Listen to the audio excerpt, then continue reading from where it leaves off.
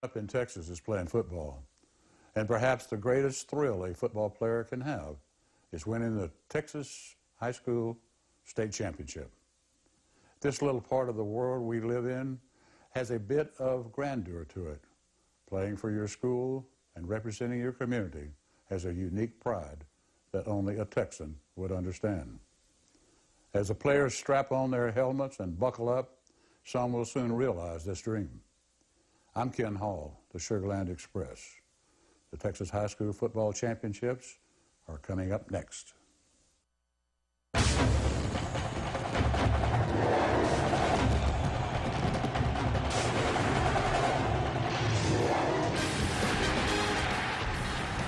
Welcome to the UIL 4A Division II High School Football Championship today, brought to you by State Farm. A rainy, stormy day in North Texas, but that is not keeping the fans away. They are filing into AT&T Stadium, ready to watch some championship football. The cheerleaders are here, hopefully ready to crown champions in a few hours.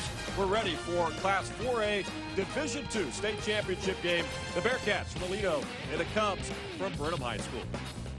Hi again, everybody. Randy McAvoy alongside Indy Kalu. Great to have you with us. Day 3 of state championship football, UIL style here at AT&T Stadium. We're looking forward to the day. 3 big games, and let's begin with the first one. That's going to kick off here shortly. Aledo and Brenham, 2 storied programs with a lot of history in state title games. A lot of history. They played each other in 2009. Aledo had that victory. But when you talk about Aledo, a well-rounded team, but it starts with that offense. If they get over 15 points, they're going to have over 1,000 points on the season. The only team in the country to ever do that. Is going to be a big day. Just amazing numbers by that Aledo offense. Let's talk about the quarterbacks today. We're going to be calling these guys' names a lot. They run the offenses and do it well for both teams. Let's begin with Aledo and their quarterback, Luke Bishop. If you recognize the Bishop name, it's because it's been around this program for a while. Luke's brother won 3 titles. He's looking to win 1 today. Yeah, he's been groomed for this. Only a junior, but this is a guy from day one. They knew he was going to be a quarterback and he was going to lead this team. 34 touchdowns. But get this, Randy, only 2 interceptions. He definitely takes care of that football. All right, that's a story on Aledo. Now on the other side, let's talk about the Brenham Cubs. They too have a new quarterback, Caleb Hill, new to the program. He's come in, put up phenomenal numbers, throwing the football, close to setting records there at Brenham High School. Caleb Hill. New to the program, but he's not new to winning. I mean, this is a big 6'3", 200-pound, pro-style quarterback. He's not going to run around. He's going to beat you with his arm, and he has definitely been a prize for this team. Yeah, 6'3" frame, got a very quick release. He's got a lot of weapons in this Cubs receiving core. All right, coming up, we're getting ready for kickoff. Aledo and Brenham. Cletus is here, making the rounds. He's a popular guy, hanging out with the mascots. Fans are ready. We are too. Aledo Brenham kickoff coming up.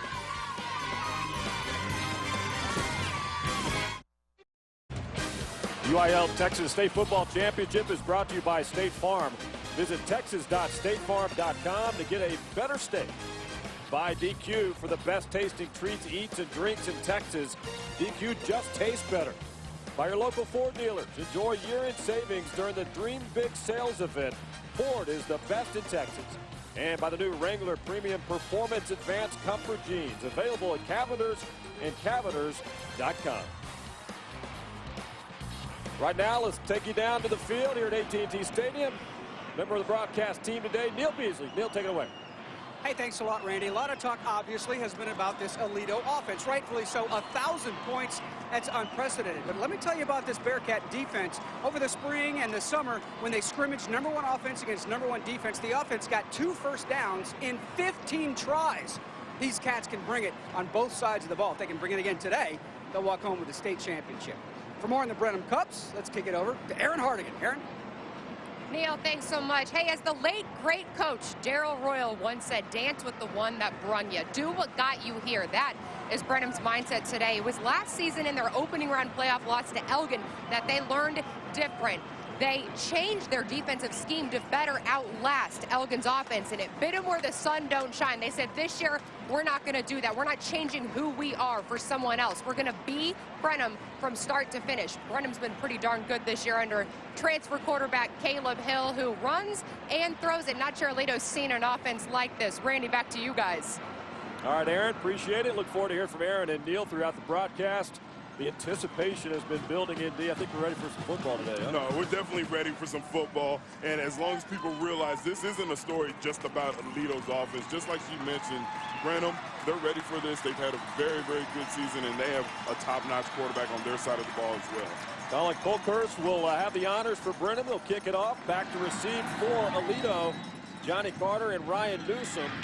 Short kick brought out at the 25, past the 40. So Aledo, 17-yard pickup there on the kickoff return. So Aledo, this offense will take over in good shape to begin this football game here today. And there is Luke Bishop, the gentleman we spoke about at the top of the broadcast. Just phenomenal numbers so far here leading this Aledo offense. He really does a good job protecting the ball. He doesn't throw the crazy passes. He understands where his receivers are, and they get the sense that they came up together because everybody in their chemistry just seems to be on point every week. First and 10 now. They'll begin on the 42-yard line. Already a flag down. A little false start against Aledo, so they'll bump that back 5 yards. Yeah, there's some movement on the Prior right to the side. snap, false start. Number 6 of the offense, 5 yards, still first down. Again, this Aledo offense, high-powered coming in, and Indy, you talked about 985 points on the season so far. They have no problems lighting up the scoreboard all season long. What's amazing about those score numbers, they take their foot off the gas during the regular season when they're beating teams by a lot. Bishop tripped up quickly by Desmond Lockett, so big defensive stop there by Brenham. Take a look at the Ford starting lineups up front. Very good offensive line for Aledo. They give Bishop plenty of time and open space for that running game. Dathan Davis, Ryan Newsom, Taco Anderson, one of the top receivers on this Aledo team as well. Again, plenty of weapons for Luke Bishop. Second down at 17 now. Bishop, plenty of time to throw. Pass is incomplete near the 40-yard line. Coverage on the play by Dion Earls. Aledo asking for the flag. They're not going to get it. And Earls made a nice stop there. And you see the replay, he does make contact a little bit before the ball gets there, but we have the advantage of seeing that in slow-mo. Live speed, it didn't look quite as egregious there. Well, you're going to get plenty of fan reaction here, but you got the giant screen right there. Everybody gets to look at the replays at each and every play here at AT&T Stadium. Third down at 17 now. First series of the game for Aledo. Back at the 35. Bishop in trouble. Down he goes. Swarmed by the Cubs. A whole slew of Brenham Cubs. Austin Slotman in there. Also Tremark Smith making the stop. And the Cubs defense will hold Aledo on their first series. And right here, he does have time before the pocket collapse, but this is a huge victory for that Brenham defense. All week, all they've heard about Aledo, how they're able to score. The first drive of the game, 3 and out. They bring out Aledo's punter. That is a huge confidence boost for Brenham's defense. There you go, back to punt for Aledo. Desmond Lockett. We'll watch that one go out of bounds around the 22, 23-yard line. 43-yard punt. And Brenham now will get their first shot on offense. So confidence boost. I mean, this is a Aledo offense is getting all the headlines. Brenham comes out and makes a statement here. No, like I said, 3 and out, bring out that punter first drive of the game. They definitely make the statement. You see how excited the defensive players were after that last drive. But the question is, and this is what they're going to have to prove, can they do it for 48 minutes? Well, last week Ennis held Aledo in check in the state semifinal, actually shut them out in the first half, which is amazing considering the numbers they put up all season long. And they rebounded, of course, with a victory. Caleb Hill is hit as he throws the ball. The pass is caught, crossing midfield. 31-yard pickup. James Holman with the reception for Brenham.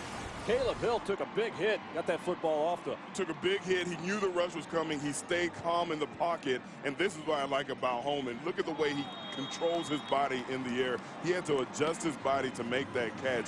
Very good throw, very good catch, and these are the type of plays Brenham will have to make the entire day. Well, Holman's a guy they love. He's a 6'1" target. You got Trevante Johnson, who's 6'1", 6'2". Caleb Hill confident in this receiving core. Jordan Graves in motion. Well, we heard that contact all the way up here. That was a big hit on Ernest Patterson, and we'll talk a lot about Ernest Patterson here in a few minutes. Tyson Mauser with the stop. Fourth starting lineup for Brenham up front. Arnold, Nutt, Whitley, Mathis, and Slotman. Ernest Patterson, a record setter here at Brenham. What a year he has had, and we talked about some of this receiving threats that the Cubs offer for Caleb Hill. Southpaw, junior quarterback for the Brenham Cubs. Second down and 10 now for the 47. Hill's in trouble, and down he goes around the 48-yard line. That's Tristan Starry with the stop. Fourth starting lineups defensively now. Up front, these guys are big-time playmakers, love to hit. These Bearcats stingy when it comes to allowing yards. Mauser, Mitty, Hawkins, top tacklers on this football team, and there's a look at that secondary as well for the Aledo Bearcats. Yes, definitely keep an eye on Jordan Mitty, a big linebacker, 6'3", 230 pounds. That's Division I size, playing that middle linebacker position for the Aledo Bearcats. Yeah, 141 tackles on the season for Mitty. Third down and 10. Hill really brought down again midfield. Passes incomplete. Brock Parker on the coverage for Aledo. And Holman, the intended receiver there for Brenham. And they have some decisions to make. Fourth and long. It appears as if they're keeping their offense out there, and they're going to go for the first down with 4th and 10 to go. Well, it's state championship game, you know? Unless the quarterback's just going to punt it off. Which he has done. And he'll do that right now. A little quick kick there by Caleb Hill. And that'll settle. See where they mark it out of bounds inside the 10-yard line. Well done by Caleb Hill at the 6-yard line. 41-yard punt for Caleb Hill. That'll bury Aledo. They'll get their second crack at it on offense here today.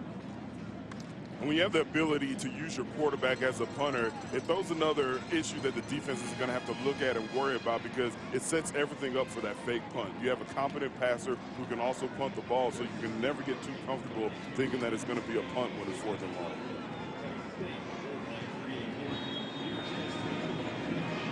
Just underway here at AT&T Stadium, kicking off a big day. Saturday championship football here in Arlington.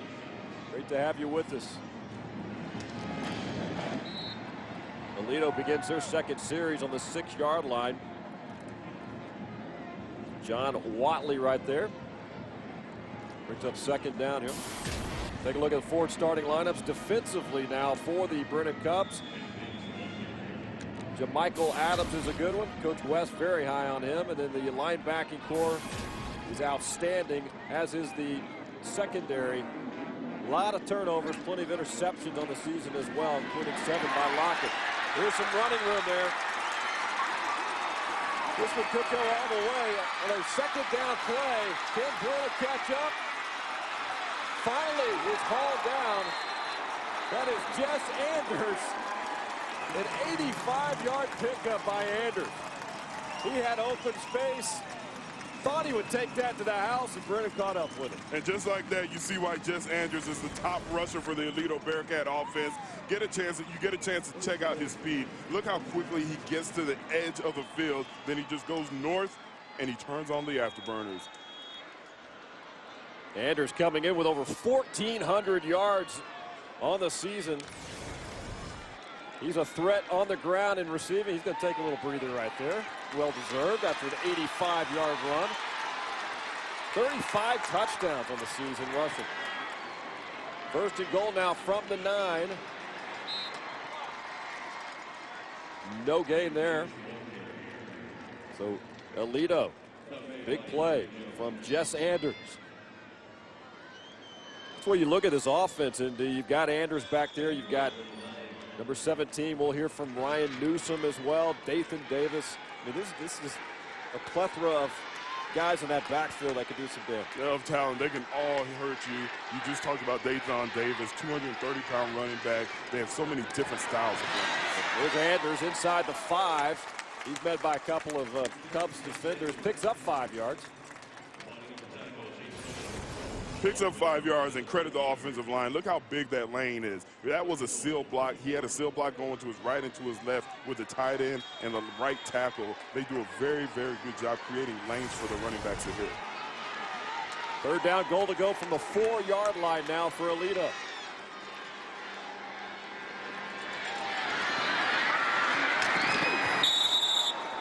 Again, the hit. You can hear it from upstairs. 3-yard pickup there. You talked about Ryan Newsom. They try to get the ball in his hands any kind of way. From there, you saw the Wildcat formation where they had the direct snap to Ryan Newsom. They're not afraid to mix that up a little bit either. Not at all. Whether it's a handoff or a pass, they have to find a way to get the ball in his hands. And Newsom will stay in that. Oh, nope. Yep. Newsom still back there in the Wildcat. And to make sure he was still back there, he'll keep it. He is hit at the 2, down at the 1-yard line. That was 4th and goal from the 1, and Brenham will hold. Heck of a play by linebacker Eric Yeager going through the trash. You call that trash on the football field. I'm not talking about the players. Going through the trash and getting to Newsom before he can get into the end zone. Nice defensive stop by the Brenham D. Great pursuit. Cortland Sutton, Eric Yeager. How about the early stance there by this Brenham defense? A couple of series. Allowed the one big play there to Jess Anders, but they have held in check so far today. But now the Cubs are buried deep on their own 1, and they will get it back here on offense. Try to get a little bit of breathing room here. Right, this Aledo defense very aggressive up front. They get after the quarterback. They play on the other side of the line of scrimmage. So right there, the Brenham offense, they're just trying to get that breathing room, but they were only successful in picking up about a yard or 2.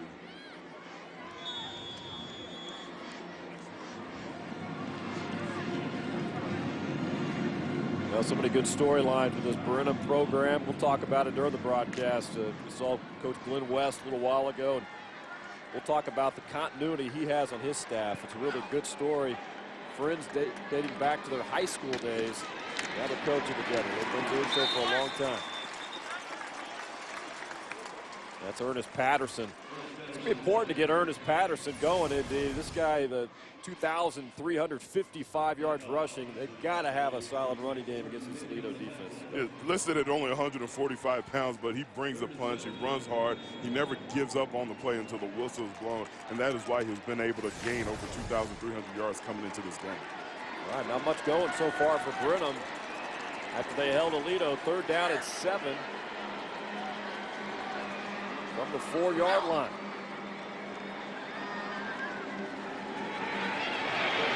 Hill rolls, fires, James Holman, pass is caught. He takes a big hit, picks up 12 yards though, and the chains will move. Big 1st down conversion there. James Holman, definitely the favorite target of Caleb Hill. He comes into the game leading the team in reception yards. Just a sure-handed, tough wide receiver, like you said. A tall guy, 6'1", 170 pounds, and what I like, he holds on to that ball after the big hit. That was a big conversion because all of a sudden you're looking at a punt. Aledo would be sitting pretty there, probably midfield or better. Instead, a big 1st down by this Cubs offense. Caleb Hill looking deep for Trevante Johnson. Good coverage on the play by Johnny Carter. Trevante Johnson now, this is a guy that's really come on the last few weeks, really. His numbers, you say, okay, he's got 92 yards, 5 touchdowns, but, you know, he had a wrist problem earlier in the season, broke his wrist, so he missed some time. But he's come back in his offense, and he is making a statement here in the postseason for Brenham.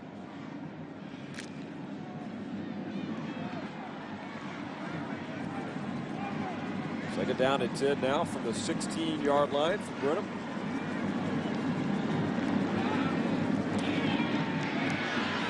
There goes Hill on the run. Crosses the 20, down at the 23, picks up 8 yards on the play. He kind of tucked that and had no hesitation on that play. Right, that was definitely a design pass play, but this is what you like about Caleb Hill. He's a competitor. He's not known for his speed. He's not known to be a rushing quarterback, but when he sees the lanes open up and he realizes he doesn't have a receiver, he'll pick up the big yards. All right, we got a player down for Brenham. We'll break right now. Updated for you. First quarter here at AT&T Stadium. No score. Aledo in Brenham. Her first day of school. Back live at AT&T Stadium in Arlington. First quarter, 3:59 to go. No score between Aledo and Brenham. Injury here moments ago to receiver James Holman. And take a look at it. Yes, and watch his ankle. He gets rolled up by a Aledo defender right there, and that is not a good sight. That is not good news for James Holman or the Brenham offense because he is their top receiver. And unfortunately, he has this gruesome injury to his left ankle. He was helped off. Couldn't, of course, put any weight on it at all. He's getting looked at on the side. There he is right there. 9 touchdowns. Already 2 catches today. And just you can see the pain in his face as they're trying to take his shoe off. I do not expect him to return, and that's a huge blow for this team and a senior wide receiver who's meant so much to this offense. He will be sorely missed.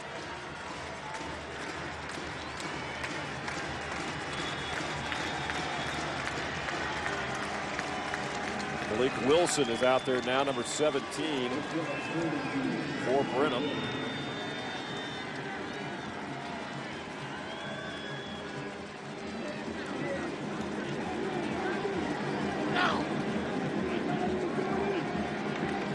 Third down and 2 for the Cubs. Pass intended for Ernest Patterson. That's incomplete.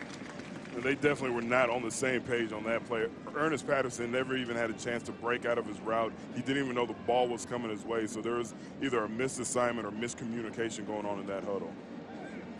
Well, he went in and the pass went out. So incomplete, and they will punt it away. 4th down, the 24. So Aledo's looking for pretty good field position here.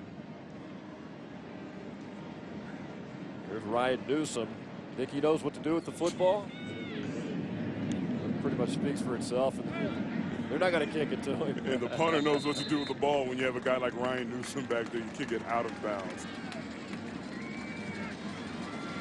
And with the injury to James Holman, you just feel the energy on the sideline of Brenham, their fan base. You could just feel that the energy is gone right now. Take a break. As we go to break, a special message from State Farm. Did you discount getting in there? They should get paid. That's exactly. We talk a lot about this Aledo Bearcats offense. These are some of the numbers. Got to put it all in perspective. I would call them a juggernaut. Yeah, they're a juggernaut, and that's why that first series for the Brenham defense was so important for that confidence boost to be able to bring out the punter after seeing those type of numbers. That's what they needed to do. Aledo begins on the 46-yard line. Deep ball coming up for Bishop. Pass is caught. John Watley kind of reaches out and makes a 34-yard pickup. Quick strike from Bishop to Watley. To his big tight end, and we talked about Bishop's touch on the ball. Look how he leads the tight end. He never has to break stride. He reaches out for that, and that's why you have that big gain, a very accurate pass. Here are the numbers on Watley. 534 yards, 8 touchdowns. It's funny, he's listed as a tight end, but he's 6 foot, 196 pounds. 1st and 10 from the 20 now for the Bearcats. That's Davis on the carry, his first carry of the afternoon. Maybe he should be listed as the tight end. That big running back, 6'2", 230 pounds, and he is a load. When you hit him, he falls forward. Yes, he is. 14 touchdowns for Davis this year. 675 yards on the ground. Every time he touches the ball, his average about 8.1. So he is productive when he gets the football. Picks up 2 on that one, though. 2nd down and 8. That's Andrews. He's met quickly. Jordan Graves in on the stop. Got some help as well from his Cubs defenders. Graves, one of the linebackers here for this Brenham football team. And allowing 17 points a game when you look at this defense for Brenham. In the playoff run, they began really giving up a lot of points. They gave up like averaging 30 the first few rounds, but the last couple of weeks they've settled down and got the numbers in check. 3rd down and 6. Pass is tipped, incomplete. And he had an open wide receiver. This is why it's so important for defensive linemen. If they cannot get to the quarterback, the next best thing is to get in the throwing lane and get your hands up, and that's what you see here. That's Talon Shepard, 6 foot, 250-pound senior. The guy loves to get after the quarterback as well. So Aledo now is going to step up with a 33-yard field goal.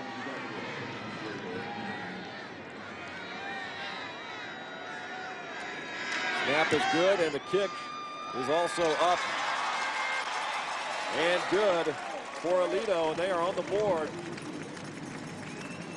They're used to scoring touchdowns, but they will take a field goal. They take the lead 3-0 here late first quarter here in Arlington. Road to Arlington, speaking of that, for the Aledo Bearcats indeed. Burleson, Boswell, Canyon, Wichita Falls, and Ennis. That's the road to get here. A lot of points on the road here. And of course, a 29-6 victory over Ennis a week ago. 4-time state champ since 1998 out of Parker County. Nice little 33-mile trip here to AT&T Stadium. That's pretty handy. Oh, that is. That's a home game for Aledo right here. And when you look at the scores, you know, the 70 points that they put up in the playoff games, that's why it's so important for Brenham not to get too caught up in all the news about their offense. And right now, Brenham's defense, they're stepping up to the challenge as Aledo only has 3 points in this first quarter. It's still early, but when you see those type of numbers, you almost expect them to score every time they touch the ball. Well, I mean, if you're Coach West right now on that sideline, okay, you've lost the receiver. That doesn't look good. But you're here late first quarter. You've only given up 3 points. This is the kind of game you want. Try to eat up some clock on some of these drives and keep this Aledo offense off the field. Right now, the Brenham offense, they're going to have to step up. They've lost their best wide receiver. So now, you know what? Ernest Patterson, he's going to have to step up. Trevante Johnson, we talked about him coming back from injury. He's going to have to make the big catches. The offensive linemen, they're going to have to block a little bit longer. When you lose a top wide receiver in a game like this, every single offensive member is going to have to step their game up. Ernest Patterson and Malik Wilson were back, but Sean Fields' kickoff, of course, goes out of bounds.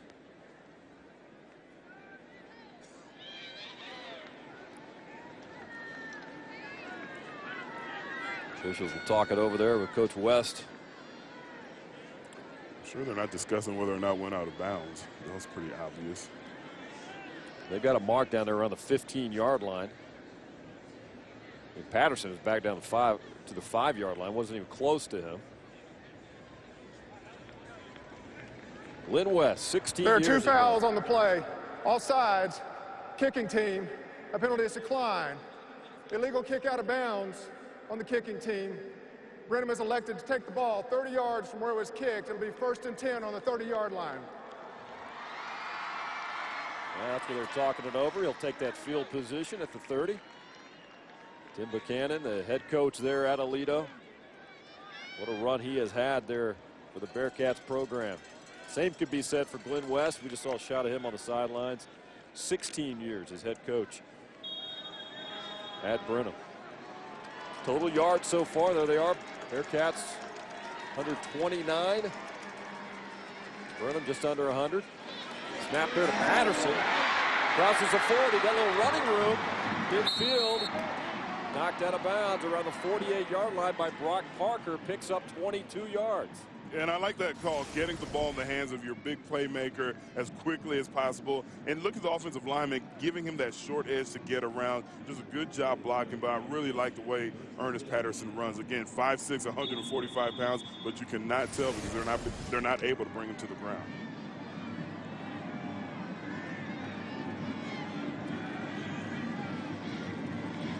Patterson, a very hard runner for his size, for sure. Lightning quick. Get the handoff again, tripped up.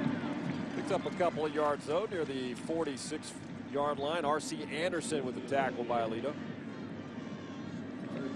Brenham showing good balance. They're getting yards, picking up positive yards, running the ball. Earlier on in the game, we saw that Caleb Hill was able to hit his wide receivers. So when you have good balance, it makes it tougher to defend because the defense has to respect both aspects of the game. Well, Patterson, we mentioned 2,355 yards. Single season record holder at Brenham now. Broke the record held by Cleveland Franklin in 1972. So he has updated the record books. Remember that name? Played a little NFL ball as well. Caleb Hill's got running room up the middle. He's met there around the 36. He'll pick up 10. Caleb Hill, not known for his rushing, but a big, tall, lanky athlete. He has that long stride, so though he doesn't appear to be moving fast, he's getting a lot of yards with every step. Caleb Hill played at Little River Academy just south of Temple a year ago. So first year in this Brenham program, came in and won the job, and done a terrific job so far. They say he's played his best football the last several weeks as they got close to postseason play.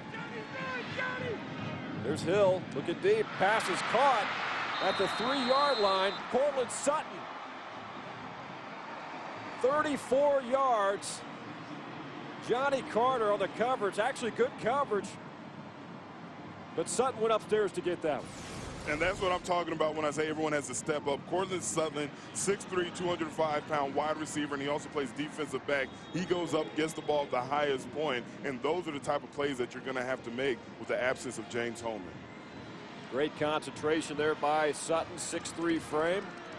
8 touchdowns on the season. Nearly got number 9 there.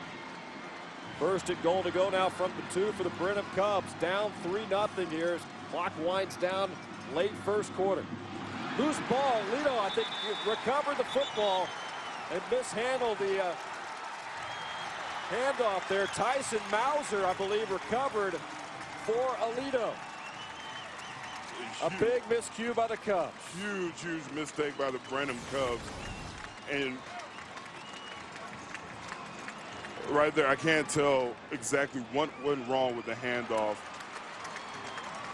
Yeah, I think he was trying to bring it back, and I think the contact was made, and the ball came loose. He was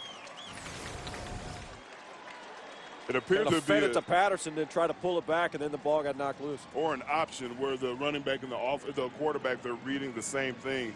And with the option, it's very dangerous if you're not used to doing it, because you have to be on the same page, because if the hole's open, you hand it off. If not, the quarterback takes it away. Anders is met quickly at the 4-yard line. Contact, extracurricular there about the goal line area. Got it out to the maybe the 5. We'll see if they gave him any yards on that play. And the quarter definitely going to end. So a big turnover by Brenham.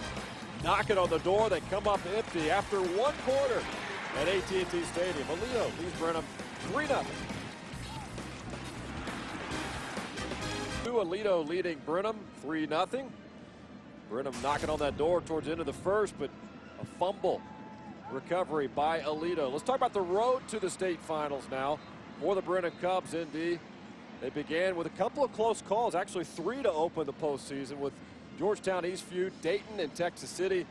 And then road to Arlington got a little bit easier down the stretch past couple of weeks. Out of Washington County, and 222 miles from Brenham to the steps of AT&T Stadium. There's Glenn West, and we talked about his history here at the program. 16 years. A lot of success here for this Cubs football program. It's a second down now. This is Ryan Newsom.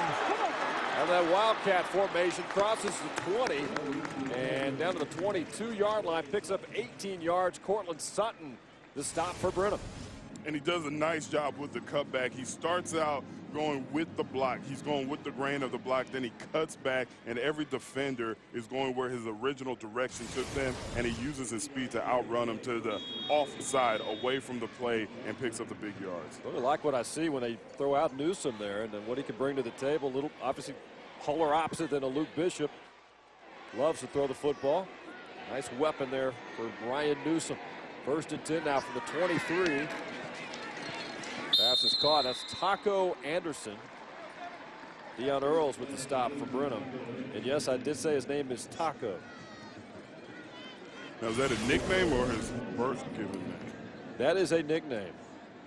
And they had several in the program, or another guy in the program with a similar name, and it's dating back to several years. And Gave him the name Taco, and it's stuck ever since. And he even told the coach, I want that in the program, too. I want to be called Taco Anderson. There's Jess Anders. Russ is the 30. Picks up 6 yards on the play. Tramark Smith, the stop there, number 6 for Brenham. And this is a state game, so you're not expecting Aledo to put up 70 or even 60 points. But you are seeing during these drives why they were able to do that during the year with so many weapons. Ryan Newsom, Jess Anders. We talked about Luke Bishop. They just have so many weapons at the skill position. Well, Luke Bishop, his brother Matt, won state titles here for Aledo in 2009, 10, and 11. He was 45-3 as a starter. Luke was here watching. He was a ball boy. One of the state title games is in Austin as well. They got another brother coming up through the ranks too, Jake. He's a 6th grader right now. They feel like he's going to be a good one day as well.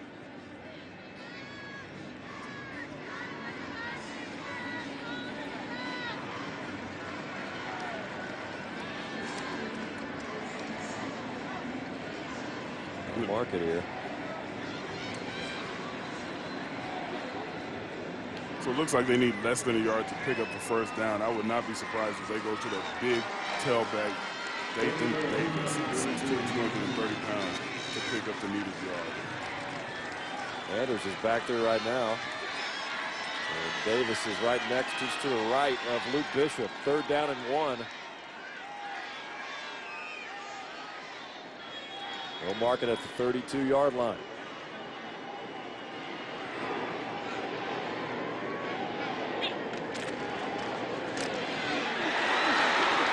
Big hit there by Brenham. Down goes Jess Anders. That is Talon Shepard.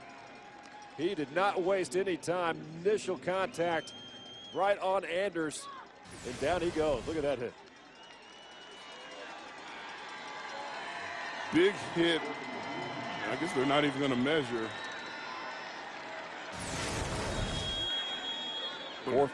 Fourth down play coming up. They needed one. Already 3 tackles today by Shepard.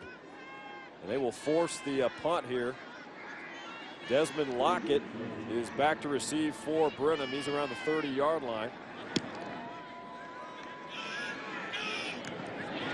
It's fielded at the 33. Good pursuit there by the special teams of Aledo. Brenham will get the football. Early second quarter here at AT&T Stadium. If you're just tuning in, field goal by Aledo.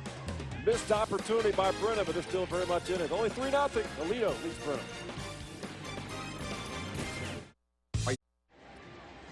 Back here at AT&T Stadium in Arlington, 9:46 to go. Aledo leading Brenham 3-0. Earlier, State Farm gave 2 participants an opportunity to win up to $500 for their respective schools through the State Farm Kick to a Better State Challenge. Both contestants from each school were given the opportunity to attempt a 25-yard field goal for a chance to win up to $500 in cash. If only one kicker was successful, then that person would win all the $500 for their school.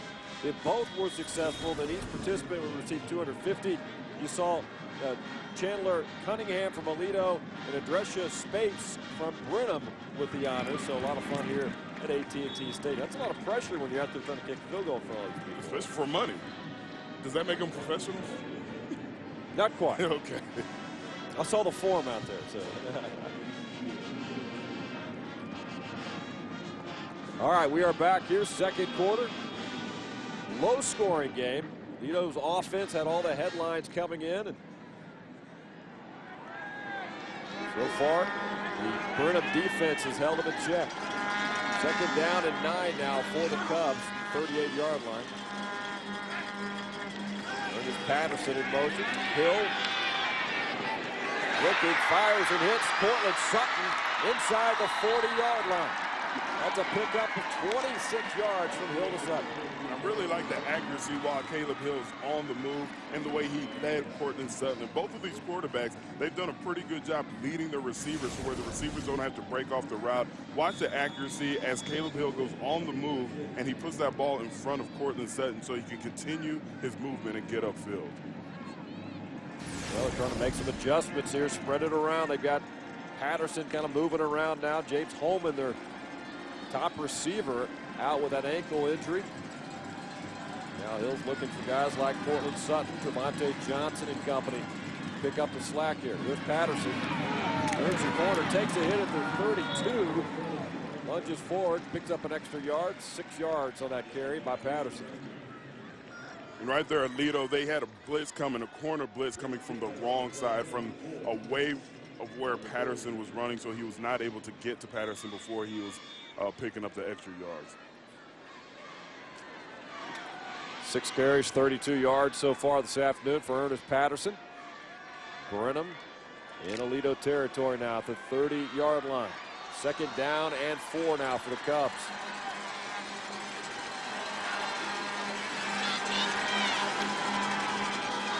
And off Patterson again. He's got running room up the middle, and he's brought down around the 22. 8 more yards for Patterson. That offensive line doing a good job up front for Brenham. And the characteristics that make a good running back, that's what you can say about Ernest Patterson. He waits for the hole to open up, then he's able to move east and west before he gets up the field, but he doesn't spend too much time dancing around. Just 1 or 2 cuts, then he gets upfield, and that's why he comes into the game with so many yards, and he's been effective early on in this game. Change move, 1st down now for Brenham. Patterson again. He's got running room outside, little speed, cuts inside the 15. 10 yards again for Patterson. Jonathan Durham with the stop for Aledo.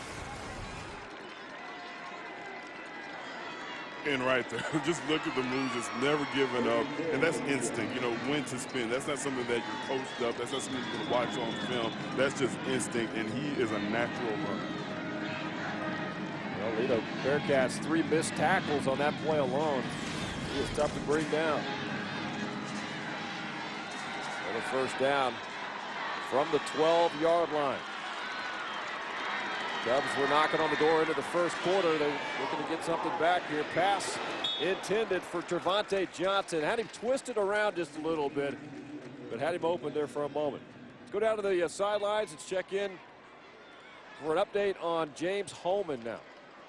Guys, I have good and bad news from the Brenham sidelines. Bad news is receiver James Holman is out. The ankle has been confirmed a broken ankle by the training staff. Good news is quarterback Caleb Hill made very clear to me before this game that this is not a 1 quarterback receiver tandem team. He's got Malik Wilson, Cortland Sutton. He can hand it off to Ernest Patterson. He has an array of guys that he can get the ball to, and he said on the sidelines to his guys, we're going to be just fine. All right, Aaron Hardigan on the sidelines. Thanks for the update. That's a tough blow for Brenham. 2nd down and 10 now. There's Patterson. Big contact around the 6.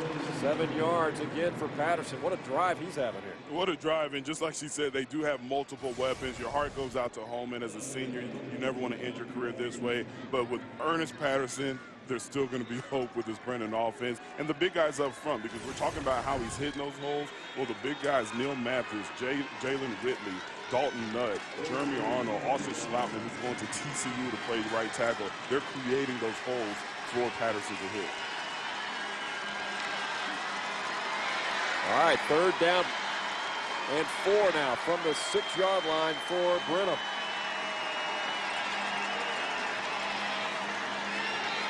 Hill over the middle, pass is knocked down. That's Jordan Mitty with the honors. Number 46 steps right up and swatted that one down. And we talked about him earlier in the show. Very active, comes in with over 100 tackles, but he's also known to get in the passing lane of the quarterbacks and get his hands up at the right time. He anticipated that, and a very top play. He almost had a very nice interception right there, but he's going to have to be happy with the PBU, the pass broken up.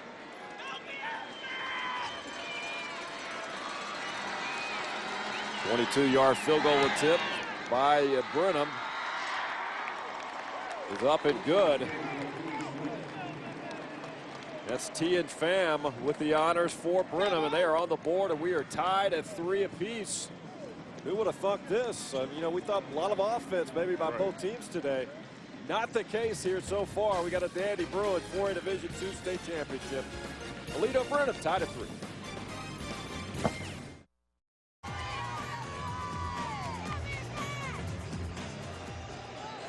Aledo Bearcats Brenham Cubs. We are tied at 3-3. 6:02 left here, second quarter at AT&T Stadium. Good to have you with us. Randy McAvoy, Indy Kalu here up in the booth. Aaron Hardigan, Neil Beasley on the sidelines today. First of 3 big ones to wrap up 3 days of championship football. You've been here since Thursday. Been here since Thursday, and it has been a treat just watching these kids go after that title that they dreamt of ever since they were playing Pee Wee football. They've been very, very hard-hitting, exciting games.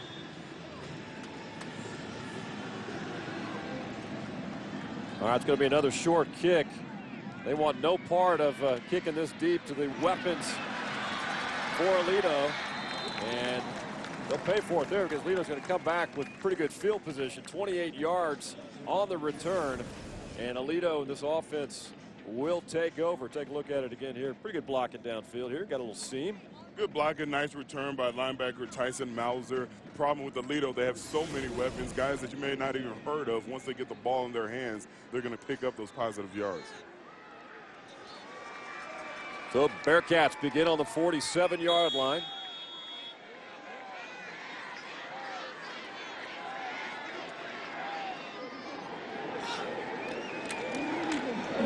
Bishop will keep. He's got running room. There he goes. 30, 25, 20, 10. Tripped up inside the 5. Bishop nearly broke that one. Ernest Patterson with a nice hustle. 49 yards on the run by Luke Bishop. And right here, Luke Bishop has shown that he is a dual threat. When you look at Caleb Hill, he's more of the traditional quarterback. But Luke Bishop, he can get it with his legs, he can get it with his arm, and he shows some speed. But good hustle right there by Patterson, who also serves as the running back to make sure he doesn't score a touchdown. Well, he didn't give up, did he?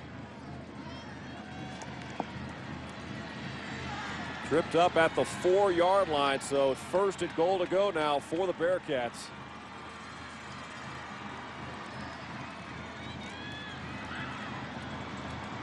Not much there by Jess Anders, maybe 1 yard on that carry. Ryan Nunn with the contact for Brenham.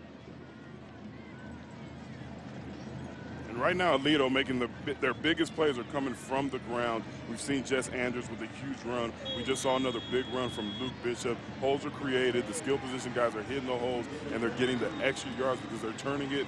They're turning on an extra gear. They're showing exactly how fast they are as runners. They always say speed kills, and that's something that you cannot coach. In Aledo, they have a lot of speed on their offense. There's a touchdown by the big guy, Dathan Davis. Takes it in for Aledo. The big fella. Just give it to him and let him ride into the end zone. And let him get into the end zone, and big holes right there. He was untouched on his way to 6 points. Touchdown Bearcats. Their first touchdown of this afternoon, breaking a 3-3 tie. 4:43 to go, second quarter. Extra point coming up now for Aledo. Snap is good, kick is up and also good. And the Bearcats are on the board. Aledo increases its lead to 10-3 over Brenham. Right now, let's toss it to Rick Renner back in the studios with an update. Rick. Randy, Matt, coming up on the Ford halftime show, Randy Rogers and I will break down all the highlights of half number 1 here between Aledo and Brenham. And we'll take a look back at Denton Guyer as the silver and black go back-to-back. Back to you, Randy Mack. Rick, appreciate that. Look forward to the halftime show coming up. Always plenty to talk about during the championship week celebration here at AT&T Stadium. And there's Davis. After that short touchdown run, gives Aledo a 10-3 lead here, late stages of the first half. It was just a matter of time. You know they're going to score a touchdown. They're not going to be shut out. They're not going to go with only field goals for that Aledo offense. It was just a matter of time. So the question is, can they continue to put up 6 and not 3? And can Brenham go point for point with them with their offense? Great crowd here today, and the crowd will continue to file in by game 2 and 3. And we're on the Aledo side where our booth is. I mean, look how much orange we see all the way. It loops around here, first and second level. Good turnout by Brenham as well.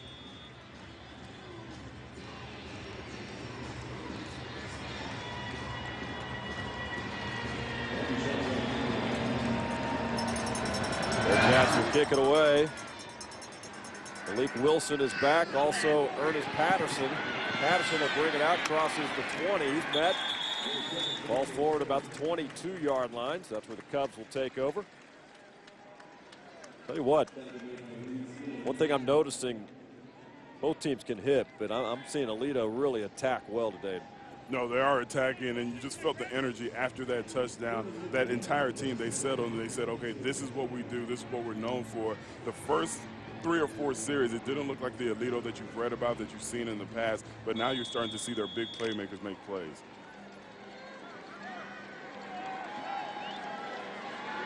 First and 10, they'll mark it at the 22-yard line. How important of a series is this maybe to respond and get something following that touchdown?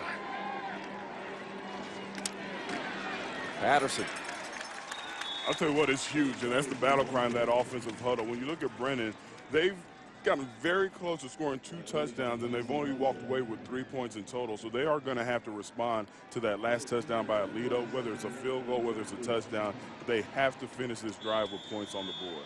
Look at Tyson Mauser. He made that stop. 5'8", 170-pound senior. He gets after it, though. He's one of these linebackers. Not a big guy, but he will hit you. 2nd and 8.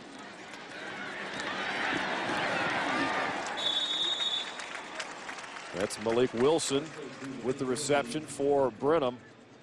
He's a senior, 5'8", 142-pounder.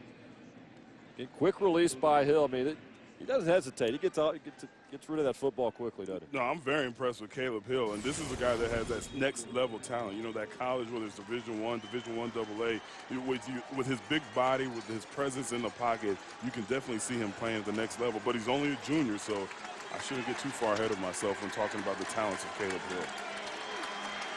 3rd down and 5 now. Aledo fans on their feet, making a little noise. They want to stop. Hill. Pass intended for Trevante Johnson. R.C. Anderson, though, on the coverage around the 45-yard line. Take a look at it again here. A nice play by R.C. Anderson. Caleb Hill, that's a tough play to make while he's running. He wasn't able to lead his receiver the way he wanted to. And R.C. Anderson, right place at the right time, making a very good play. And more importantly, not hitting the receiver before the ball was getting there.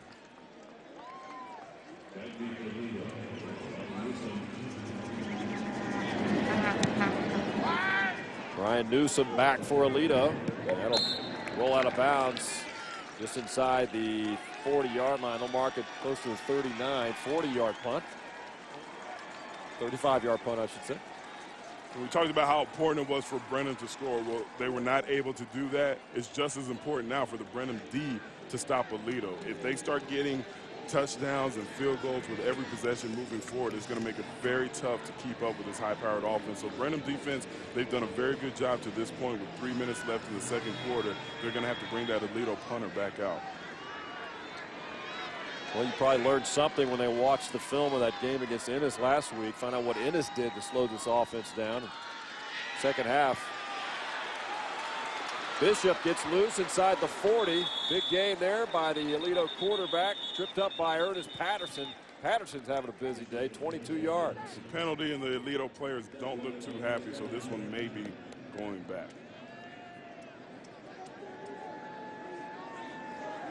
Holding, number 61 of the offense. 10-yard penalty from the spot of the foul. Still 1st down. Preston Brenham flagged the right guard for Aledo. Look at the last drive for Aledo. There's Luke Bishop. Nearly took it the distance, but there's Patterson. Nice hustle to trip him up, and then led to the touchdown by Davis. With the Bearcats a 10-3 lead.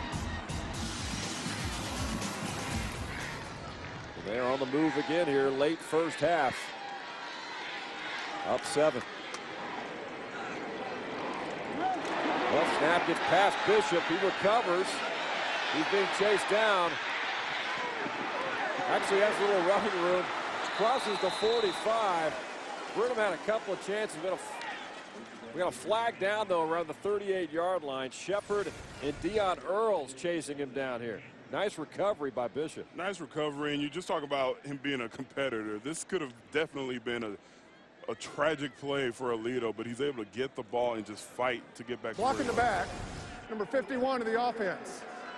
It's a 10-yard penalty, still first down. That's Caleb Buchanan. He's the son of Coach Tim Buchanan.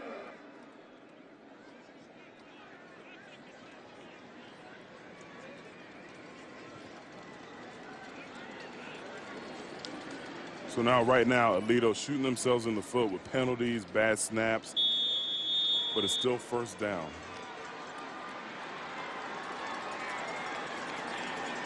Aledo's offense averaging 65 points per game this year, held to 10 so far. And I think we had a false start coming up against Aledo on the Prior to the offensive line. snap, false start, number 6 of the offense, 5 yards, still first down. And this is a situation now where Brenham's defense has to be opportunistic. Right now, like I've mentioned, Aledo shooting themselves in the foot. They're marching backwards, but this is where the Brenham defense cannot give up a huge play, because if Aledo figures out a way to get a first down after these bad back-to-back-to-back plays, the confidence, the momentum will definitely be on the side of the Aledo Bearcats. Well, they push it back now. It's 1st and 20, back on the 29-yard line. Bishop looking for Taco Anderson. He's got him. And that's the type of play I was talking about right there, Randy. That's what you can't have. That is very deflating for a defense. To get an offense in 1st and 20, have them have multiple back-to-back plays, then for them to get out of that hole that they dug themselves in on just one very nice pass by Luke. It's just demeaning and deflating by Luke Bishop, excuse me. It's demeaning and deflating to the Brenham defense. Big first down there for Aledo on the 41-yard line now, the Cubs. Bishop up the middle. And he is met by Lockett, who tripped him up. Picks up 8 yards. And right now, the Aledo offense, they're getting into their groove. When you talk about adjustments, adjustments aren't just made during halftime. Aledo's offense, they were making the adjustments. They were figuring out what Brenham's defense was doing during the sideline, during the game, and they've adjusted well to it. Yards per play so far today, 11 yards per play for the Bearcats of Aledo. Bishop. That pass incomplete. Looking for Ryan Newsom. It's inside the 10-yard line. Clock stops with 1:11 to go here, first half.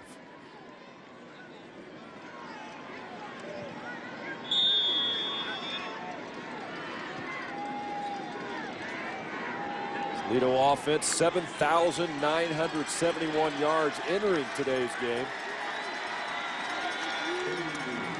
Amazing numbers throughout the course of this season for this offense. Bishop will keep. Inside the 30, it picks up 5. He's tripped up by Ryan Nunn. A little slow to get up, but it looks like whatever it was paining Luke Bishop, he'll be able to walk it off. Take a timeout. Aledo, their first charge timeout of the half. Clock stops with 1:06 to go. They'll talk it over here. 10-3 ball game, Aledo.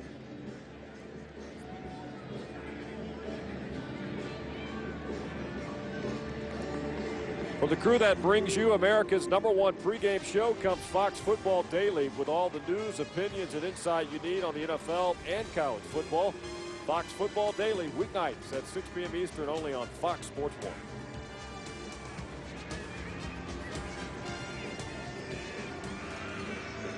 Well, both teams here on Championship Saturday, Indy, and you know what this high school football season is all about. The work begins back in August. Actually, prior to that. It's year-round. It's year-round, yeah. Spring ball and a lot of these programs, 7-on-7 success to stay sharp in the summers. And it's a long grind. If you're going to win it all, you need to go 16 weeks. And this is what it's all about. But, you know, Texas football is year-round. A lot of the guys, they compete in track just to stay in shape for football. Other guys stay in the weight room. So, yes, it never really ends until your senior year. And that's why this game is so important, not for just all the players, but especially for the senior players who may never play organized football again after this. First and 10 now from the 28-yard line. Bishop got his man, Ryan Newsom. Touchdown, Bearcats. And Ryan Newsom right now is proven to be an offensive weapon. You can't call him a receiver. You can't call him just a running back. He does it all, from catching the ball to taking the direct snap. He's the offensive weapon. And Luke Bishop, again, when you talk about touch, what I'd like to see from these young quarterbacks, lead your receivers, and that's what he's been able to do today early in this first half. Perfect touch there on that pass play from Luke Bishop to Newsom.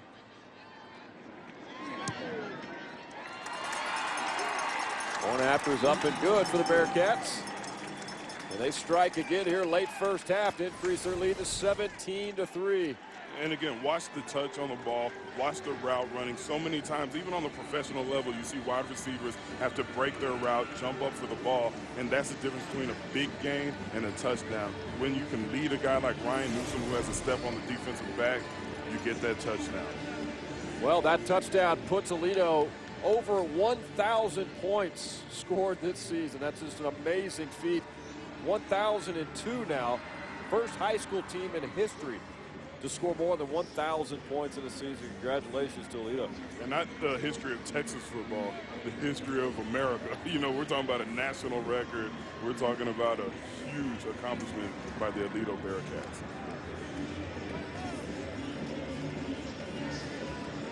Well, they were held last week to, they won 29-6, but I say held to 29 because they're, look at the course of their season, they're used to scoring 50, 60, 70 points a game. You're right. The week before that, when they played Wichita Falls, they put up 69. The week before that, where they played Canyon, they put up 54. Then they played Fort Worth Boswell, 75 points. These are playoff games. These are the best of the best, and they're putting up those type of numbers. So, yes, when they do score 29, you can say they were held to 29. Parker Schonfield will kick it away for Aledo. Blake Wilson and Ernest Patterson back for Brenham.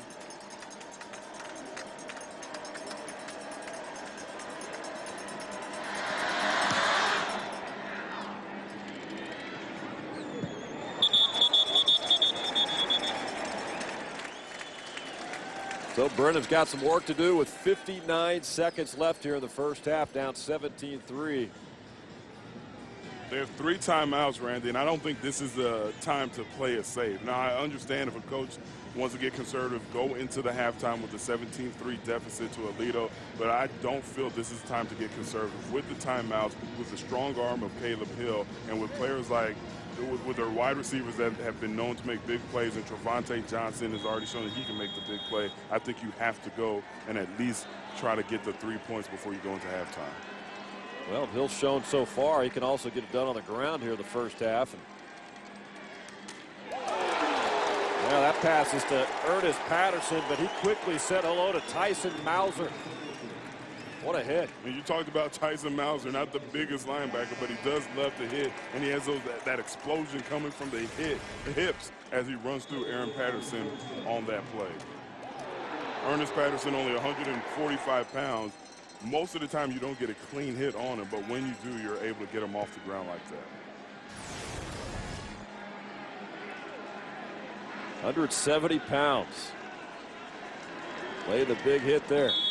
Brenham will call a timeout there. Caleb Hill. Timeout.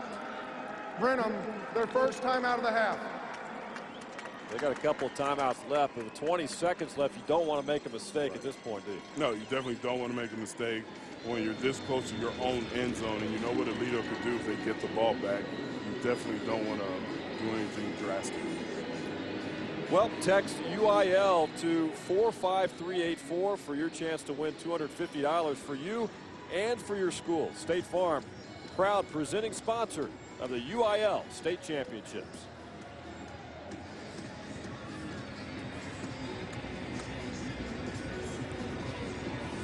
Both sides will talk it over here. We have a 2nd and 8 coming up here momentarily for Brenham. If you're the Cubs, ND, what do you think about this first half? You've lost a receiver, but you look at the scoreboard, and Aledo seems to be moving the ball, but they're not turning it into a lot of points. Go to the halftime break, potentially only down here a couple of touchdowns. Right, but you also have to think of the missed opportunities. 2 times you saw them knocking on the door to score points, and to only walk away with 3 points, they have to be disappointed in that. Patterson, he's met around the 28-yard line. It looks like they're going to play it safe here after the big hit. They're just going to let this go down to 0, go into the halftime locker room down 2 touchdowns. There's Matthew Hawkins and Ray Hart on the stops there for Aledo. Aledo fans on their feet. They like what they saw here in the first half. Brenham has a little work to do. And adjustments right now. Who's going to make the adjustments? When you look at Brennan, you've been crushed not just through the air but on the ground. So you're going to have to talk about gap assignment and making sure you're staying in front of the receiver. So there's going to be a lot of adjustments the Brenham defense is going to have to make. And Aledo, you know, they're going to go in there and say, hey, we're used to scoring a lot of points. They've held us to 17. What do we need to do to put more points on the board to make sure we walk away with this victory? Bearcats make their way off. Bands will make their way out for the halftime show. Right now, let's toss it down to the field. Check in with Neil Beasley with Brenham head coach Glenn West. Or, I'm sorry, Tim Buchanan. All right, yes, we're with Coach Button. Coach, 17-3, not explosive. Were you expecting something like this? Oh, yeah, they're good on defense. Tell me about just the adjustments. It seemed like when Luke started running the ball in the second quarter, things opened up for him. Well, and that's one thing we've done all year long. You know, we've got quite a few weapons, and Luke is really a pretty fast kid, and as you saw when he broke into the open there. Anything more than anything else you're going to talk about at halftime? We're going to have to throw the ball a little bit more efficiently. You know, we showed that we could there at the end. We've got to take more advantage of what they're trying. They're trying to stop the run, so we've got to throw the football. Good luck in the second half, Coach. Thank you. All right, 17-3, guys. All right, Neil, thank you very much. Coach Buchanan will make his way to the locker room. We'll take a break. More halftime show coming up. 17-3, Aledo leads Brenham at that.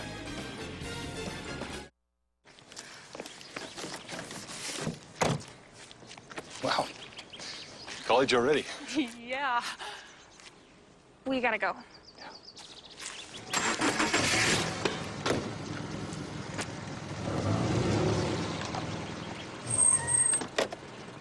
For all those times you stood by me. For all those And remember that Seatbelt. Drive safe.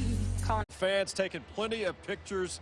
I'm sure he'll take 1,000 or 2 before this day is done. Randy McAvoy, Indy Kalu back with you here, wrapping up halftime as we get ready for the second half between Aledo and Brenham. It's a 17-3 lead right now for Aledo, an offense that's used to scoring massive amounts of points. Not the case here in the first half. So if you're Brenham, you feel like, hey, we still have a chance to win this football game. Oh, you definitely have a chance. When you're talking about Texas high school football, especially the playoffs, it's never over till it's over. And Aledo to have 17 points in the first half, that's very good. But now Brenham has to score more points. All right, let's take a look at some of the highlights. Indy, take a look at how some of this went down today. First, with Aledo, Luke Bishop, as advertised, has been impressive today. No, he can beat you with his arm and he can beat you with his legs. And when you talk about Aledo, so many weapons, but it all starts with that quarterback, Luke Bishop, and he's been able to do it through the air and on the ground. He's been amazing today.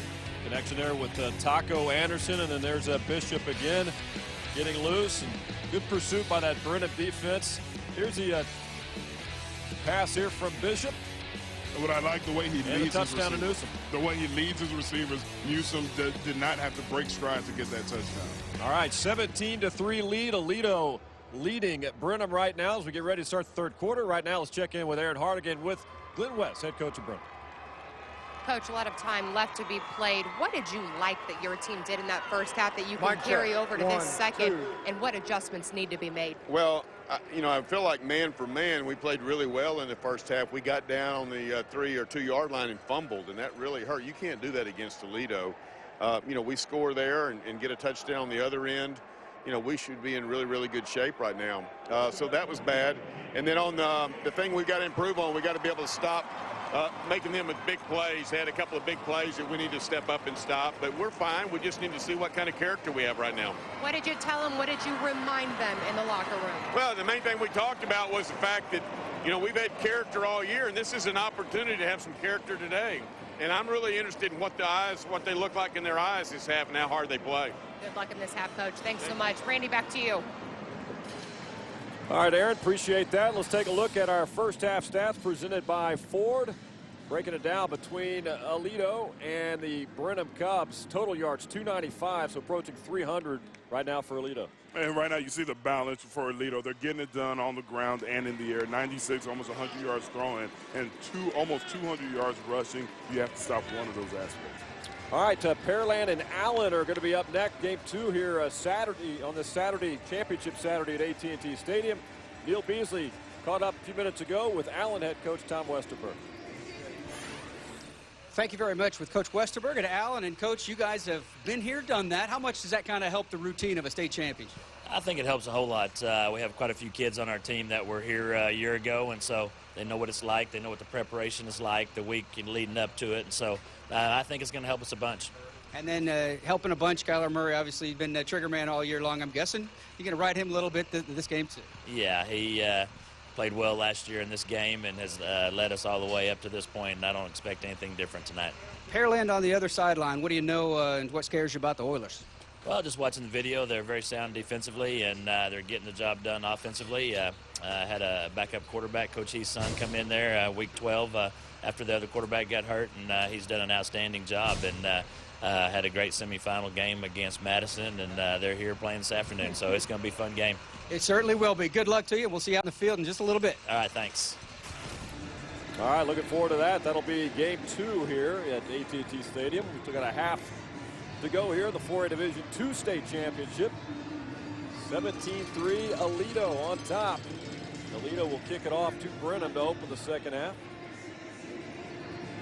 I love this tournament feel. You know, when you talk about basketball, AU basketball, and all the different tournaments, you're used to it. But for football, it's pretty cool to see all the different fan bases coming into the stadium, getting ready for their game, and all these different athletes getting together under one roof to play the greatest sport out there. Absolutely. Ernest Patterson and Malik Wilson is back for Brenham. Parker Schonfield will kick it off.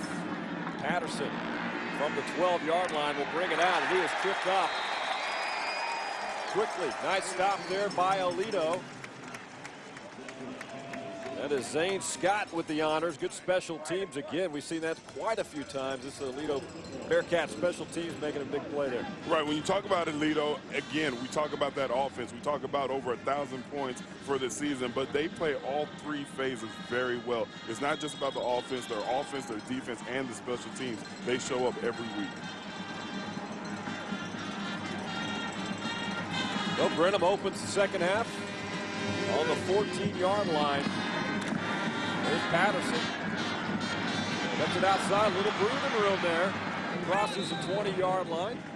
Picks up 8, maybe 9 yards. Again, nice cutback. Just great moves here by Ernest Patterson all day. Right, all day, all half, we've been talking about Ernest Patterson, what he's been able to do. The first half, he had 11 carries for 61 yards, the longest 22. But what I really like about him, you see him everywhere. You see him on defense. He had a great hustle play where he stopped a touchdown. You see him on special teams, and now you see him on offense. He rarely steps off the field. 8 yards on that, so second down and 2 now. There's Patterson again. He is wrapped up. Jordan Mitty in there helping him to make the stop. Also Zach Hiles in there for defensive end for Aledo. We talked about Mitty, had a big play with a pass broken up, multiple tackles in the first half. This Aledo defense, as much has been said about the offense, they've never given up more than 2 TDs in a game this year. Very stingy defense. Steve Wood is the defensive coordinator for Aledo. Been in this program since 2002 on the staff of Tim Buchanan. Caleb Hill looking for Javante Johnson. Wow, he would love to have that one back around the 40-yard line. Spun around there. Let's take a look at this play again here. And I love the play call, and I like where Caleb Hill put the ball, but Javante Johnson, he has to come down with that. I put in my notes during halftime, Brenham, they cannot get too conservative. They're going to have to go downfield. They can't have the mentality that they're going to chip away at this Aledo lead, because Aledo, you best believe they're going to put more points on the board. They're going to have to go downfield like that. I like the call, but you have to execute better. Javante Johnson definitely has to catch that ball. Second down and 10 now.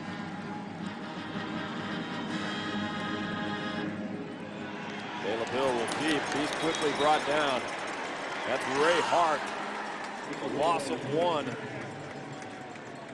Ray Hart, 5'9", 195-pound senior, making the big stop. And you credit that to the guys up front. They were not fooled. Caleb Hill, he picked up some big yards early in the first half on that same play. Well, the defensive lineman, they said when he drops back to pass, you still know he has the ability to run, so they stayed where they needed to be in the right gap, and that's why there was no yards to be picked up on that play. 3rd down and 11 now. Important series here for Brenham to open the second half, looking for another conversion. Hill's in trouble. Down he goes again at the 18-yard line. That's Zach Hiles. Tristan Starry, loss of 4 again on that play. And that's what you want as a defense. You want to get into those passing situations, those 3rds and longs, and you get your outside rushers just worrying about the quarterback. They're not even thinking about the run. In that situation, they say we're going to play the run on the way to the quarterback. And when you have 3rd and long, it makes it very easy for your pass rushers. Duff will punt it away. Ryan Newsom back for Aledo. I think he's touched the ball on a punt all day, has he? 38-yard effort there by Caleb Hill.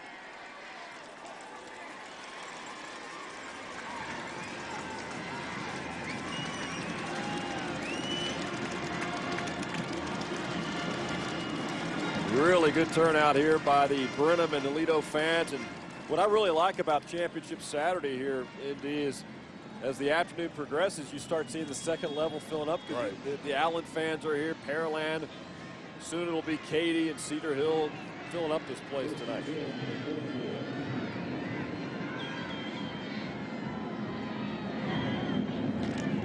Aledo begins on their own 44-yard line.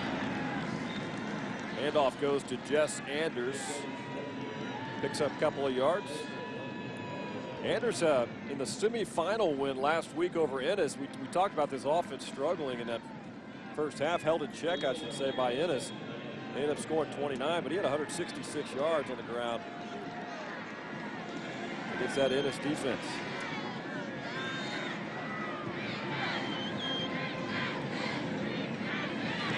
Pressure, down goes Bishop. And once again, Eric I like Yeager with the sack there on the Luke Bishop. Did not hesitate. Clear space right up the middle, and Yeager got him. And I like the middle linebacker blitz, and I like the aggressiveness, and I see what Brenham's thinking. They're thinking to themselves, we can't get conservative, not just on offense, but defense. We saw them attempt the long pass with Caleb Hill. Unfortunately, Trevante Johnson for them was not able to come down with it. But on defense, they're bringing the blitz. They're not playing on their heels. They're playing full speed ahead. Nobody touched him right there. Clear sailing Yeager with contact on Bishop. More pressure now, and Bishop's got to throw it away. And the other team, you never want to give up 17 points in the first half, but when you're playing this high-powered Aledo offense that have scored over 1,000 points on the season, giving up 17 is not a bad job. Desmond Lockett back for Brenham now as the Aledo Bearcats are forced to punt the football. Garrett Ewell with the honors.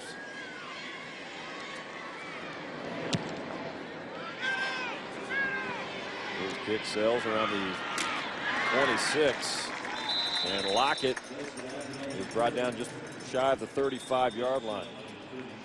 8-yard return. We'll take a break. As we go to break, a special message from Dairy Queen. Premium Performance Advanced Comfort Jeans available at Cavenders and Cavenders.com. Strike up the band, having some fun here at AT&T Stadium in Arlington. Third quarter for a Division II state championship. Aledo leading Brenham 17-3. Cubs with the football as they begin on their own 34-yard line. Caleb Hill dumps it out to Tyler Watts. He's been around the 40. That's a pickup of 7. Watts is a little guy, indeed. 5'7", 155 pounds, I think soaking wet. A little guy, but big heart. All these guys, when you see them on the stat sheet, when you see their weights, you think to yourself, man, they're going to get hurt out there, but they just play so tough, and it's hard to get clean shots on them. Nice 7-yard pickup, so second down and 3 now as they get it out to the 41-yard line.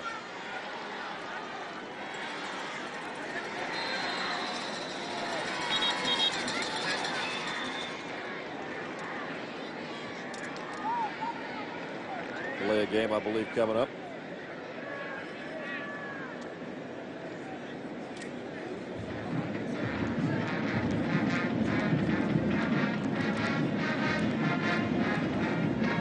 There's no foul for delay of game. Please reset the play clock to 25 seconds. Officiating crew doing a good job. Referee Scott Johnson. Umpires Clint Fortin. Head linesman Steve Jones. Line judge is Jaime Ramirez. Back judge is Mark Smith today. This is a big honor for these officials who get to work these football games for 3 days.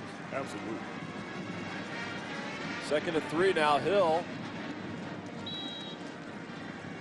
picks up 4. That's going to be enough for a first down. The chains will move for the Brenham Cubs. I like his movement. I like the designed run plays they use with Caleb Hill. Coming into the game, you weren't afraid of what he can do on the ground. You weren't even thinking about that if you're Aledo's defense. But he's picked up some first downs. He's picked up some big yards using his legs. About the pressure this young man has felt, new to the program, a program with so much history, and here they are playing for a state championship. Tells you what kind of poise he has. There's Hill looking downfield again. Pass intended for Cortland Sutton. And Johnny Carter again on the spot with the coverage.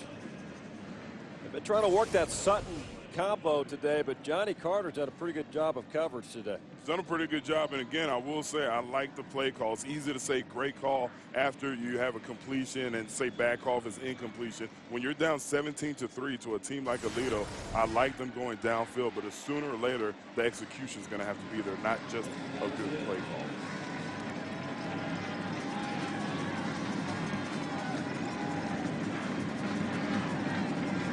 Second down and 10. Patterson crosses the 45, picks up a couple of yards. 46. They approach midfield here. And right here, Aledo's front seven, they do a very good job not giving Patterson anywhere to cut up the field. That is a play that's designed to go to the sidelines until that gap opens up. The gap never opened up for Patterson.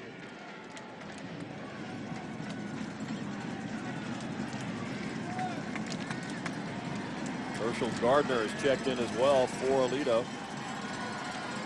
Third down and 9 from the 46-yard line. Cubs need a conversion here.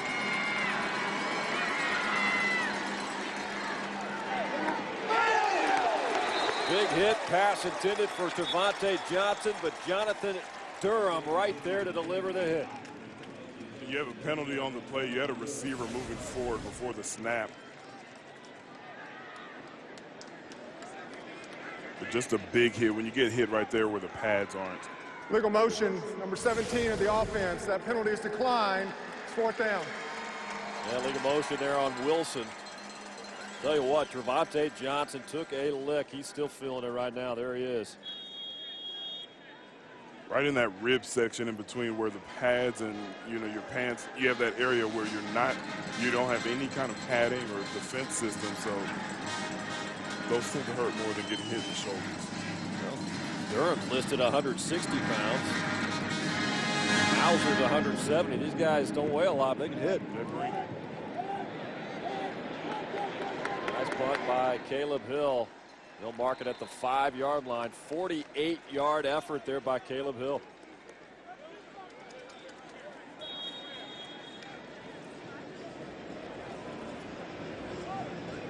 There's Trevante Johnson. He'll get looked at on the sidelines. 17-3, 5:42 to go, third quarter here in Arlington. More than 50 million people in America face hunger. Yet, 70 billion pounds of excess food goes unused in the U.S. every year. There has to be a better way. Join the Fox Sports team as we support Feeding America, a nationwide network of food banks helping provide meals for people who need it. Go to feedingamerica.org/Fox Sports to learn how you can help solve hunger in your community. Together, we're Feeding America.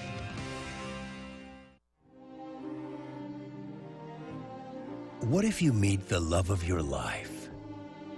Te amo. También te amo. And life gives you the most precious gift. Voy a tomar a mi hija, voy a tomar las riendas de mi vida y cueste lo que cueste, voy a dejar todo atrás. Voy contigo y con Julia a cualquier parte del mundo. But suddenly, you are gone. Ana tiene todo para triunfar en el circuito internacional. ¡Es el fin de mi sueño para ti! ¡Ana, espera! ¡Espera, Ana! ¡Ana!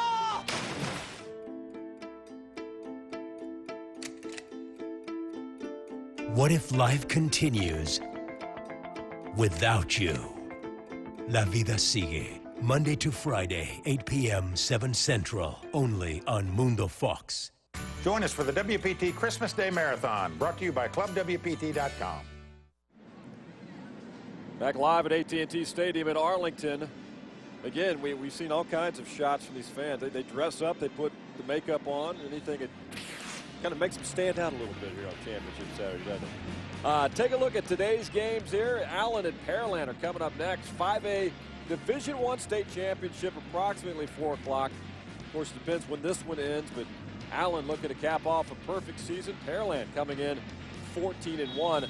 And then the nightcap 5A Division II state title game, Cedar Hill and Katy later tonight here in Arlington. I'll tell you what, the Houston area teams are very well represented during these state championship games, from Pearland to Brenham to Katy. Houston football is definitely on the rise. Dallas Fort Worth with a great brand of ball as well. And handily they beat head-to-head down here. San Antonio Brennan was here last night. You know what, you talked about the refs doing a good job, and just right there, something that seems minor, the way he was able to get in between the players. They're getting a little emotional out there, they're getting a little bit chippy, but before there's any situation, occurrence that's going to cause a flag, look at the ref get in between them. You really have to credit the ref, because this is an emotional game. Before, you know, any blows are thrown, he gets in between and says, look, y'all just keep it to talking so I don't have to throw that yellow flag. Very good job by the referee. Yeah, good heads up to keep it under control. Absolutely. Second down and 11 now. There's a loss of 1. Well, Anders takes. How many hits does he take on this play? Cubs wouldn't stop. Well, when you don't wrap up, yeah. You have a strong running back, you're going to take multiple hits. You know, good job with the pursuit, but you have to wrap up a player like this. He's not going to go down just because you put a shoulder on him. There's 2, 3. Watch Cortland Sutton at the end of this play. A big hit, but he doesn't wrap up. And Andrew said, this is too important for me to fall if you're just going to give me the shoulder shiver. State Farm stat on Jess Anders, 10 carries, 101 yards. Came in with over 1,400 on the season. There's Bishop. That was a 3rd and 9 play. Needed to make it out to the 15-yard line. Picks up a couple, but the Bearcats will be forced to punt it away now. The Bearcats aren't used to this. They're getting their punter out there multiple times. Brenham's defense, you really have to credit what they're doing. They're down 17-3, but they've been able to stop this Aledo high-powered offense time and time again. But now it's a game of 3 phases: special teams, offense, defense. Brenham's offense is going to have to put some points on the board. Well, it's a loss of 1, so 4th and 10. They will punt it away deep in their own territory. So Brenham's going to be in good shape here. Desmond Lockett stays away from that one. A 30-yard punt, but indeed now you look at a situation here. Late 3rd quarter, this is a golden opportunity here for Brenham. It's a golden opportunity. What are you going to do with it? And the Aledo defense, they're challenging themselves. They're saying, look, Brenham has very good field position right now. It's up to us to get this 3 and out and not let them get points on the board. For Brenham's offense, what are they going to do with it? This is a big challenge because Aledo's defense has been stepping up this entire day. Caleb Hill, Ernest Patterson, just to the right of Hill. He'll begin on the 35-yard line. Hill will keep up the middle. He's got space. Inside the 25. Picks up 12. R.C. Anderson with the stop for Aledo. And credit the big guys up front. They create the lanes, the big holes. You're going to see the hole to the right side of the line for him to run through. And when you see those lanes, it makes it very easy to pick up the big yards. Look at all that space. Even I could have run through that.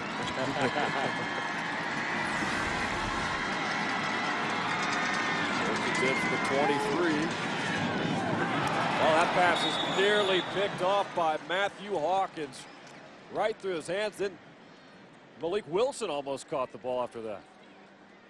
And I don't want to sound like a broken record, but coming up playing high school ball here in Texas, they always talk about opportunities, especially when the game is this magnitude. When you're talking about playing a team like Aledo, you have to come down with certain plays. And yes, it was a tip pass. It wasn't as easy as it appeared on the screen, but those are the catches that you have to make.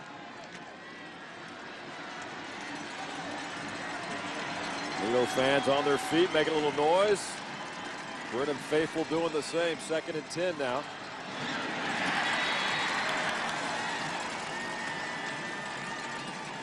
Loss of 5. A little miscue there in the backfield. Almost lost the ball. They're lucky they did not fumble the ball and lose it to Aledo. But this is an obvious passing down, and we talked about this earlier in the half. This is what the defense wants. This is what the guys up front want. They're not worried about the run. They'll give you 6 or 7 yards if you hand it off. They're going to tee up and tee off on that quarterback.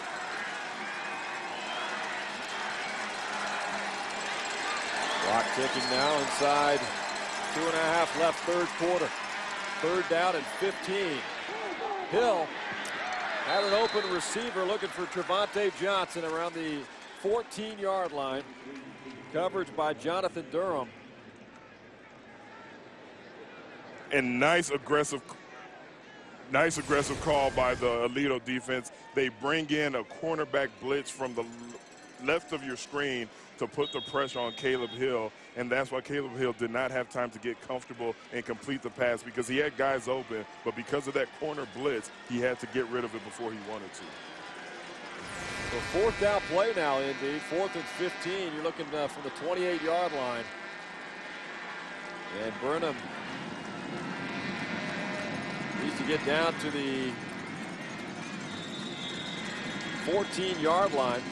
Timeout. They'll call a timeout and talk it over here. Their first charge, timeout of the half. So if you're Glenn West, what are you telling the guys right now? This is a key 4th down play, and you still got a lot of football left here. You know what you say? Get her done. I need my playmakers to make plays. You're going to go through your X's and O's. You're going to make the calls. But this is where guys have to step up. This is where 6'3" Cortland Sutton, you tell him, hey, we're just going to throw up the alley-oop pass, and you're going to have to use your frame and your athleticism to go get it. Yeah. This is where you tell Trevante Johnson, look, you've been hurt. This is the time that you step up like you've done over the last couple of weeks. Take a look at some of the scores from Thursday. Stanford knocking off Shiner 41-28, 1A Division I championship. Wellington over Fall City in the 1A D2 title game. Cameron Yo knocks off Wall in the 2A Division I championship. Cisco over Furio 56-36, 2A Division II state championship. And then yesterday, take a look at some more scores. Carthage over Kilgore, 3A Division I. Argyle, 38-33 over Fairfield, 3A Division II championship. And Denton Guyer last night knocking off San Antonio Brennan, 31-14 for the 4A Division I state championship. Those champions have been crowned. We've got 3 more here this afternoon to wrap it up. 3 days of great football action here in Arlington. So here we go, 4th and 15. Brenham going for the deep ball, just as you called it, B, looking for Cortland Sutton. And Johnny Carter, the man who's had great coverage all day, right there to make the stop. No, very good play by Johnny Carter. When you look at Cortland Sutton, he's taller than he is, but Caleb Hill was not able to place that ball where it needed to be. He put it in an area for the defender to get his hands on it where you want to throw it a little bit higher and utilize the height and the athleticism, the jumping ability of a Cortland Sutton.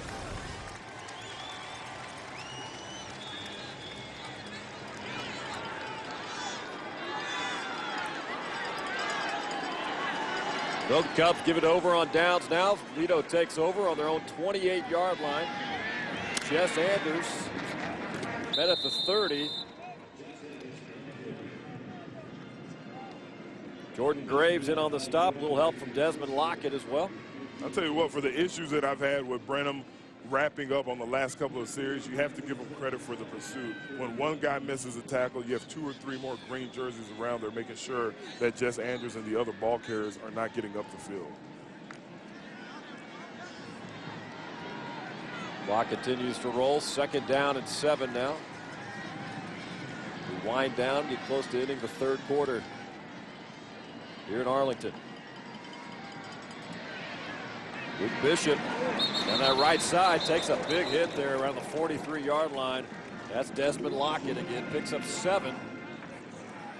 But Bishop bounces right back up. And check out the short corner. The reason why this was a success, he had a chance to get up the field. As a defender, you want to string them out to the sideline, but he had a short corner and was able to get up the field. And I will say this, great no call on the ref. That could have been perceived as a personal penalty, hitting him out of bounds, but the referee understood that it was too close to call for the defender, so he had to hit him. Bearcats push it out to the 38-yard line. There's Jess Anders. 5 yards again for Anders. Over 100 yards today.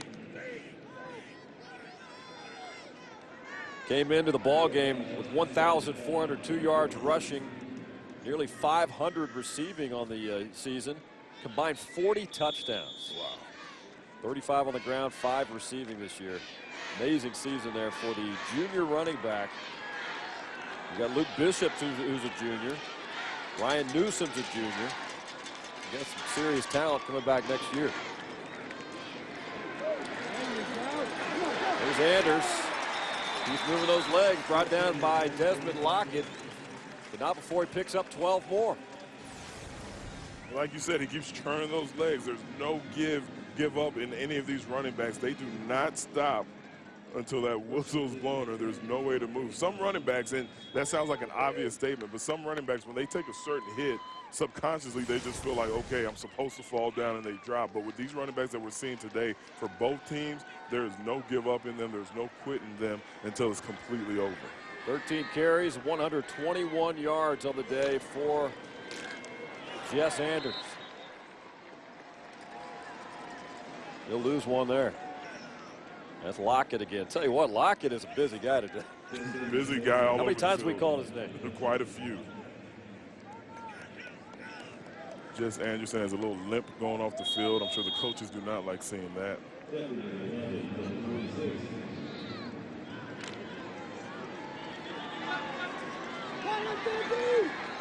20 seconds left here.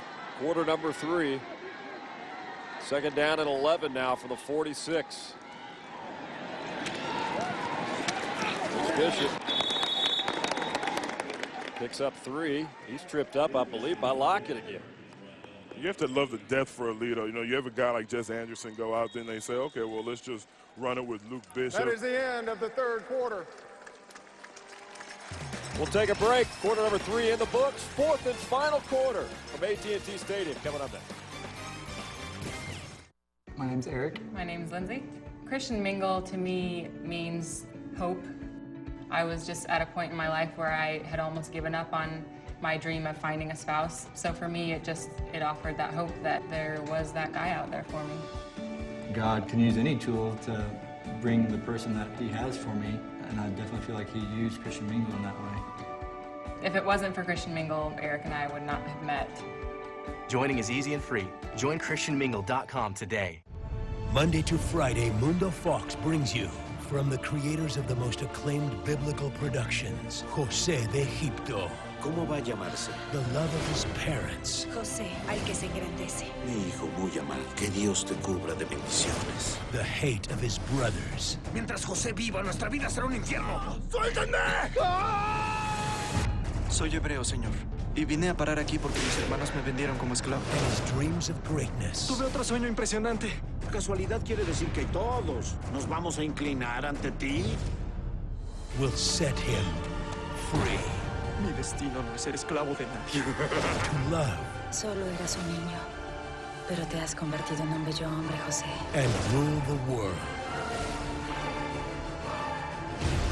The most anticipated biblical story. José de Egipto, Monday to Friday, 8, 7 Central, only on Mundo Fox. Back at AT&T Stadium here in Arlington. Jess Anders getting looked at on the sidelines there for Aledo. 17-3 lead. Bearcats on top over Brenham as we begin quarter number 4 here in the 4A Division II State Championship game. Pleasure to be joined by the Director of Athletics for the University Interscholastic League, Dr. Mark Cousin. Good to see you, man. Good to see you too, Randy. Always run into you every year out here and some other UIL events. And Indy and I were just talking. You see the fans just filing in. Just what a terrific atmosphere here. Oh, there's no question about it. Having an opportunity to get all these games in one place at a stadium like this at AT&T here in Arlington, man, what an experience for the kids, for the coaches, and look at the people that came out for the communities as well. Even the weather being a little bit bad this morning, the sun came out today, so we're always happy at state championship when the sun is out. Absolutely, and as the day goes on, I know the crowds will continue to file in as we see a pass play there by Bishop. Taco Anderson. Touchdown, Aledo. 43-yard touchdown strike from Bishop to Taco Anderson.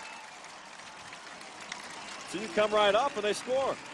I don't know how the other side's going to feel about that. Yeah, probably. The Bearcats strike to open the fourth quarter. Get back to you momentarily here, Mark. Touchdown strike. Beautiful pass here, Indy. No, beautiful pass again with Luke Bishop. He can beat you with his arm, beat you with his legs, but his skill position guys, they get open, they get the separation from the defenders. And what I like about these Aledo skill position guys, first of all, look at his awareness to stay in bounds, what they do after they get the ball in their hands. Point after is up and good as Aledo increases its lead now to 24-3 over the Brenham Cubs. Let's continue our conversation with UIL Director of Athletics, Dr. Mark Cousins. Realignment, reclassification. I know y'all discussed it the last couple of days. It never gets old. This is a big deal coming up because there's some changes coming. Talk a little bit Yeah, about there's no that. question about it. It's one of the one thing that we do that really impacts every single school that's a member of our association. Did a couple of things differently this time that some people have talked about before. For the first time ever, we actually released the enrollment numbers for the conference breakdowns before to give coaches a little bit better opportunity to work on their schedules, feel a little bit more comfortable with what conference they're going to be in. Also switching to the 6 conference setup, which really is not much different than what we already have, just renaming our smallest conference from 1A Division II or 1A 6-man football, calling them 1A and bumping everybody else up. The top is really going to look the same. The numbers are not far off from what they were last time, but it is something that's real exciting. And then come February the 3rd, when we release the districts, that's when it'll really start. A lot of moving and shaking there on the boards, I'm sure, to kind of prepare for that, I imagine. I mean, it's interesting. We still use rubber bands and pins on big maps on cardboard easels in our office. We also have a computer program that helps us out with that as well. But it's fun when you get to come in the office and see the rubber bands up on the wall and the pins for each school. And it's just a great opportunity for the folks that have a chance to come in and see that in our office to know that, I mean, the state the size of Texas, 255,000 square miles in a state that's really anything but square. Trying to get all those teams together in conferences and districts is a tremendous work load. We just every 2 years look forward to getting it done. Ernest Patterson brings it out for Brenham. Nice return near the 40-yard line.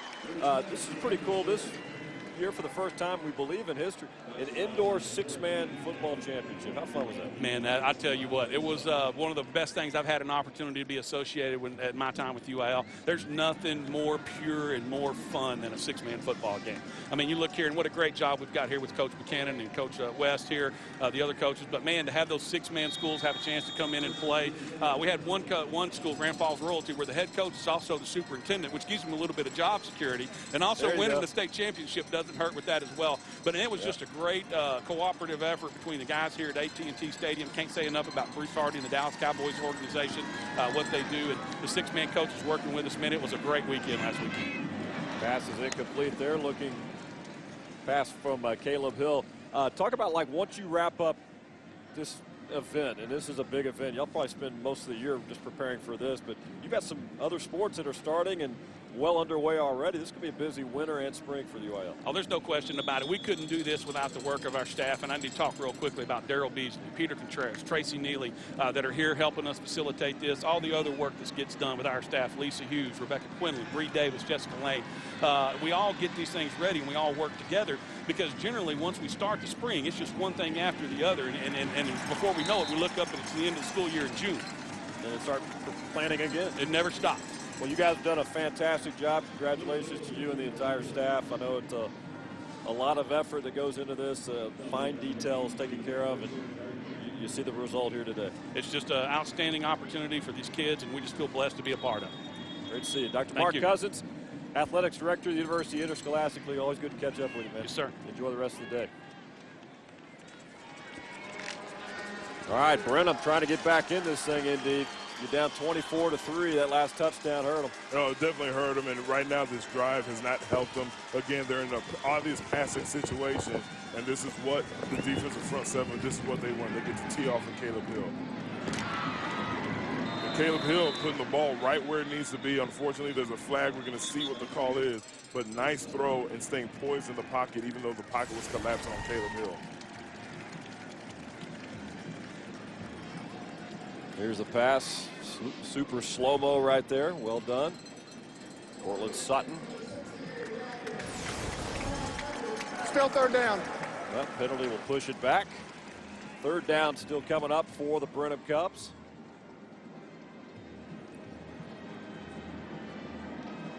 Well, they lost their top receiver, James Holman. If you're just tuning in early in the football game, that first quarter, gentleman who had 9 touchdowns, a senior here for this Brenham offense, went down with what was a broken ankle. And there he is right there. As a senior, you hate to go out that way, don't you? Oh, it's a tough way to end your career for any senior, but especially a guy coming into the game, led the team in receiving yards. It's just a huge part of this offense. Now Caleb Hill ran out of time there. Corey Stittle. Christian Starry right there making the stop for Aledo. And that's what we call a coverage sack. When he has that much time and he's patting the ball and he still gets a sack, you have to credit these defensive backs because that means there weren't any receivers or backs open to throw to.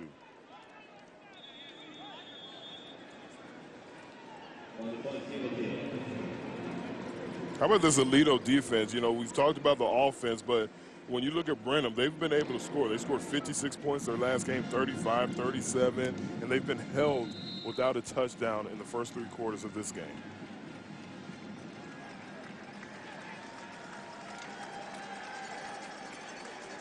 Brenham finalists in 2002 and 2009, and of course Glenn West has been here for 16 years. There's Tim Buchanan. How about those numbers? His defense has allowed 9 points per game all season long. We're taking a break, 4th quarter. Aledo in control over Brenham. Savings during the Dream Big sales event. Ford is the best in Texas. And by the new Wrangler Premium Performance Advanced Comfort Jeans, available at Cavenders and Cavenders.com. Santa has arrived at AT&T Stadium. Mainly for Aledo with the gift of touchdowns, but Brenham's offense has been outmatched by Aledo's defense, and I didn't think that would be the storyline coming into this game. We thought it would just be Aledo's offense, but no, all 3 phases for Aledo's been hitting on all cylinders. Aledo in the Wildcat, that's Ryan Newsom. Ryan Newsom's got running room, 30, 20, 10, touchdown, Bearcats, 59 yards. And if you wonder how they scored so many points, that's how. They can score from anywhere. Again, they have speed. They have too much speed for these teams to be able to stop these skill position guys anywhere. Plays that are designed to pick up 5-6 yards with their speed and athleticism, they go for 60, 70 yards and a touchdown. Take a look at it again. Ryan Newsom, he has done some damage out of that Wildcat today. Yes, you know, when you look at positions, you just put OW with a guy like Ryan Newsom, offensive weapon. He can beat you from anywhere.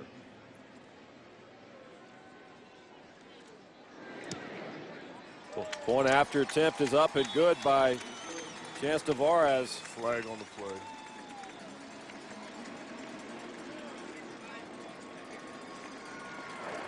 Offsides, defense. That penalty is declined. The point is good. Ryan Newsom delivering the DQ big play of the game, and look at this. Initial contact, he's gone. He's gone. You're not catching him. Very nice effort by Cortland Sutton trying to get there, but that's just pure speed. And once he gets going and he doesn't have to make any moves to the east or to the west, he's very tough to catch. Ryan Newsom, 80 rushing yards, 28 receiving, couple of touchdowns. They can sense it. 31-3 lead now here in the fourth.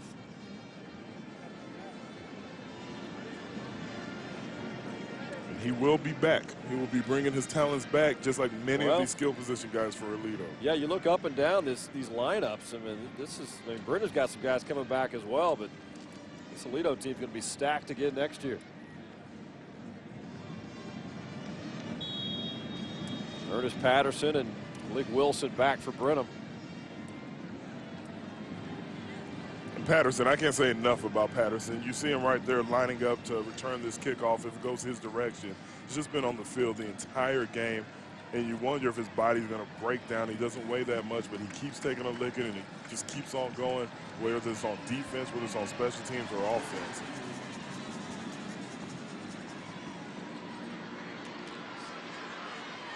Sutton will bring it out for Brenham, and he's quickly met inside the 20-yard line. Check in with Neil Beasley. Neil, what you got? Guys, yeah, you were talking about how they're going to rebuild here at Aledo and should have a strong team next year. But this year, this class, the senior class, clearly special for Coach Buck. First of all, obviously his son Caleb, number 51 on the team. He'll be gone. But this just, he's been following this class, obviously because his son's been in it for so many years. They've been so dominant in 7th grade, 8th grade, 9th grade, 10th grade. There's only been a handful of games that the senior class where they haven't had a running clock in the 4th quarter. They've been so dominant so often. Also, they're so smart. They've got 26 guys that are academic all-state, and they'll be leaving the program. Well done. You get it done in the classroom and on the football field. That's a balanced football program right there. You got to have those student athletes getting it done. They have to have that. And it looks like the Brenham Cubs are going with a new quarterback. Walter Thomas has stepped in. Don't know if Caleb Hill's injured or if they want to just try something different since they have not been able to score a touchdown in this game. Well, Hill's back in now. We'll see if yeah, but you're right. Walter Thomas will take the snap. And Caleb Hill will line up as a wide receiver. First time today. Second down at 6. There's Patterson close to the 30-yard line. Matthew Hawkins with the stop for Aledo. You see the sportsmanship there, you know, without getting too corny. You know, you have to love when you see players helping each other up. They're banging each other out there, but they understand once the whistle is blown, you have that Texas high school fraternity. Picks up 5 there on that running play by Patterson. He's got 82 yards now and 16 carries. Third down and 1 now for the 29.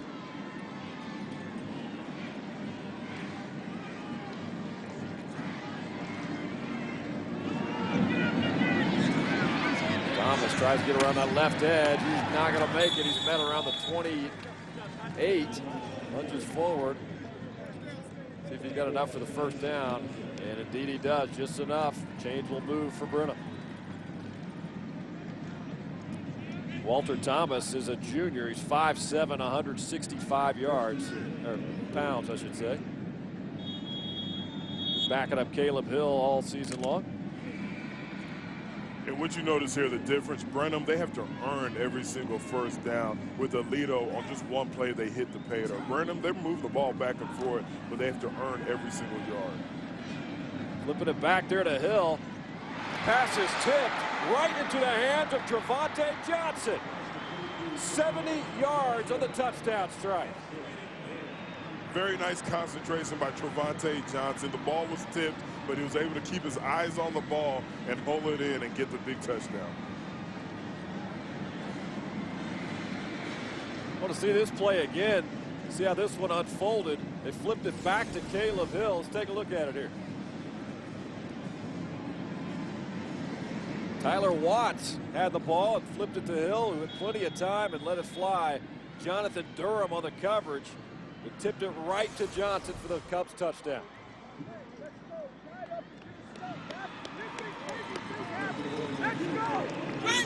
T and Pham, point after is up and good for Brenham. They'll take it. There's the tip pass. Great concentration there by Johnson. And now the coaches have, for Brenham, have a decision to make. Do you go for the onside, or do you just kick the ball deep and lean on your defense to get another 3 and out? Their defense has been playing well. Yes, they've allowed 31 points from Aledo, but they've also had a lot of stops. You've seen the Aledo punter. So right now, decisions need to be made. I would assume that they're going to go for the onside kick, because with 7 minutes and 55 seconds left and you're down 3 touchdowns, you have to get that ball and you have to get it right away. Glenn West trying to rally the troops there. You mentioned West has been there for 16 years at Brenham. Before that, he was at Kemp High School. 3rd trip to the state championship game, 02, 2009. 14 of his 16 seasons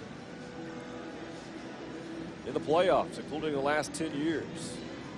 That's amazing. Sitting at 199 career wins, so going after number 200 today.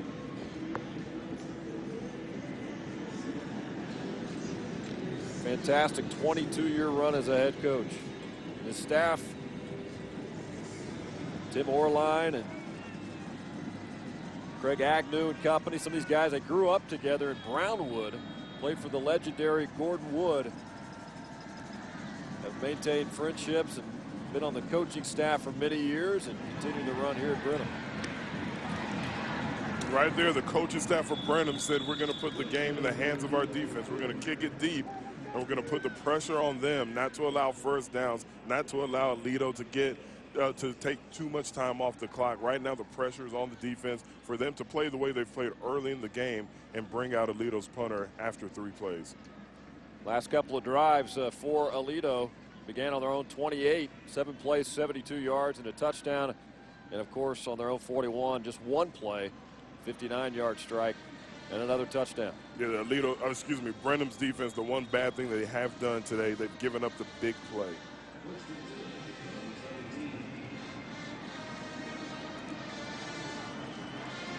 First and 10 now from the 17-yard line. Here comes Ryan Newsom, who had that touchdown last drive. And he had a heady play by Ryan Newsom. He understands the situation. He understands what's going on. If he was able to get to the sideline, he would have been able to pick up another 2 or 3 yards and been knocked out of the sideline. But he understood we need this clock to keep going. So instead of trying to pick up 1 or 2 more yards, I'm just going to sit right here in bounds and keep that clock going. Newsom's approaching 100 yards on the ground today. Just 5 carries, but he's made the most of it. 88 yards, 59 on that touchdown. Second and short. Bearcats need a couple of yards to move those chains. They will get that and then some. Luke Bishop. Will he outrun the Cubs? Now he's going to be brought down inside the 20 by Ryan Nunn. 55 yards on the carry by Luke Bishop. And so many runners on this team. We've talked about all the different athletes, but when you have a quarterback that can do this, that can find the hole, hit the hole, and turn on the afterburners and pick up so many yards, it just makes it so tough to defend. And he can beat you with his arm, so you cannot just only focus on his run. Brenham. Just a massive hole there. Look at that. That's what you call execution. Timeout of the half. Good, nice hustle by Ryan Nunn to chase down Luke Bishop. Bishop now 11 carries, 127 yards on the day for the Aledo quarterback.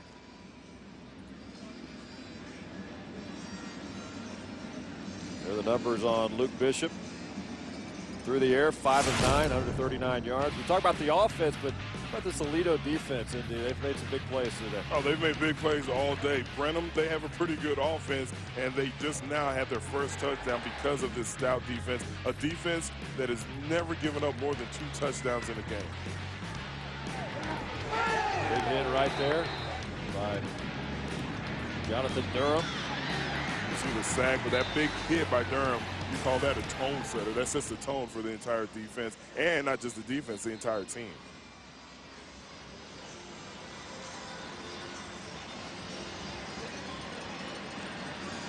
Rushing totals Aledo 341 on the ground, 101 for Brenham.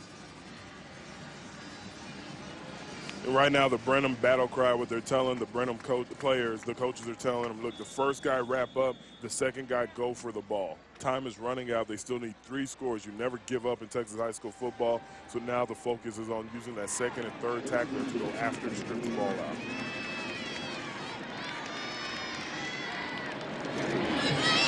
Newsom trying to get around that right corner. And he'll be knocked out of bounds around the 18-yard line. Give him 3 yards on the carry.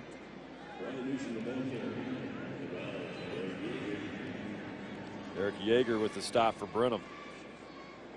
Really impressed with what Ryan Newsom brings to the table, the total package.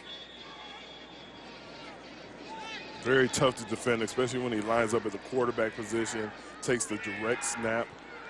He's all over the field.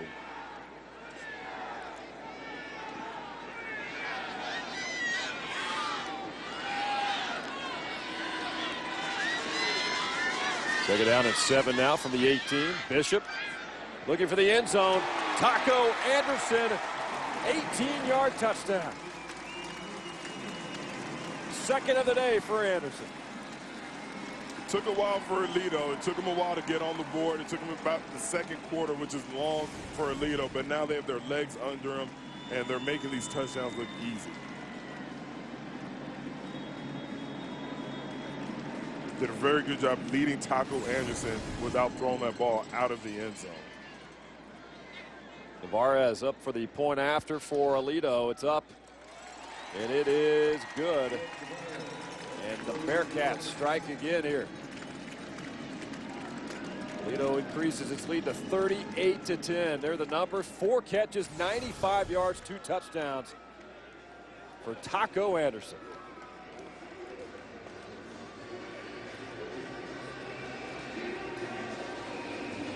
Well thrown ball by Luke Bishop.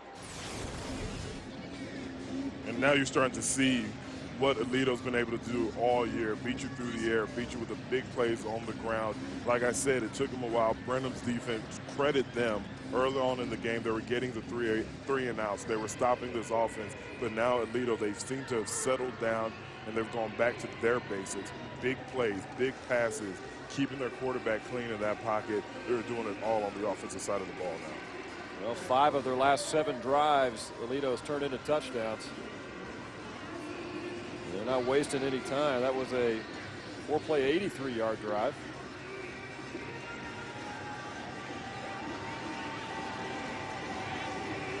And I'll tell you what they're telling the Brenham players as you see them huddled around their coach. Finish the right way. You know, never give up. You finish, you play to the whistle. This isn't a situation where you hang your head for the next 6 minutes and 42 seconds and the score can really get out of hand because you've already seen how quickly Aledo can strike. He's telling all his guys, you better fight during this game and play as if the score is 0-0 or you might just get embarrassed. And once again, you see Patterson going deep to return the kick, and you just can't say enough about his effort and how much he means to the Brenham. Ernest Patterson and Malik Wilson are back for Brenham. Patterson brings it out for the Cubs. It's met quickly at the 27. Aledo, after that last drive, now over 500 yards of total offense. 45 plays. They've got 501 yards of damage today. I mean, this is an offense that put up 91 points during the regular season in one game and twice went over 80 points.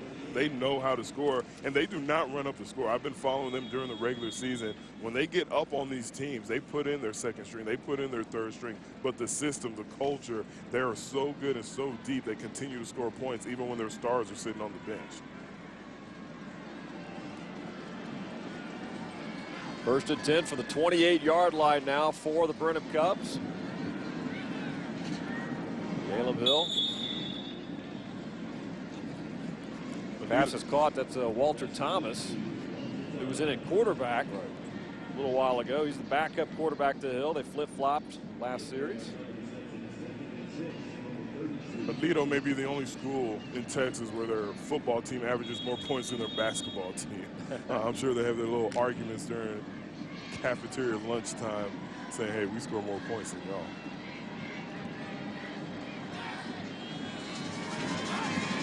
Picks up 4. Walter Thomas. Ball comes loose, but Brenham's going to recover. That's a loss of 1. They recovered that around the 31-yard line.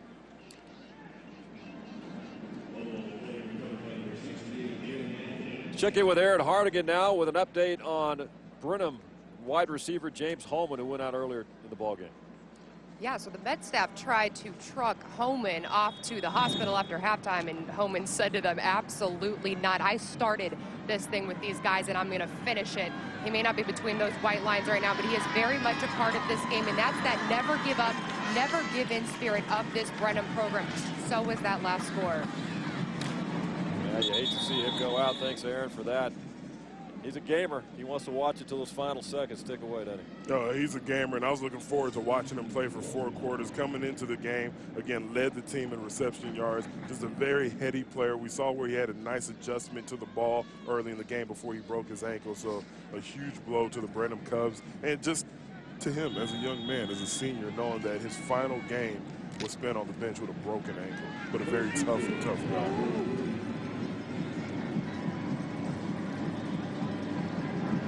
First and 10 out for the 43-yard line.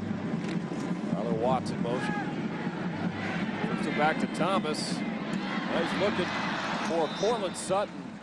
That was nearly picked off. Couple of Bearcats right there. Johnny Carter and Tyson Mauser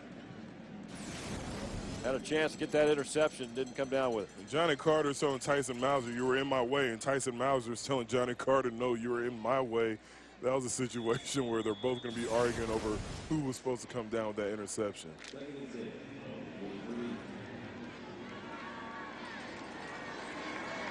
Walter Thomas.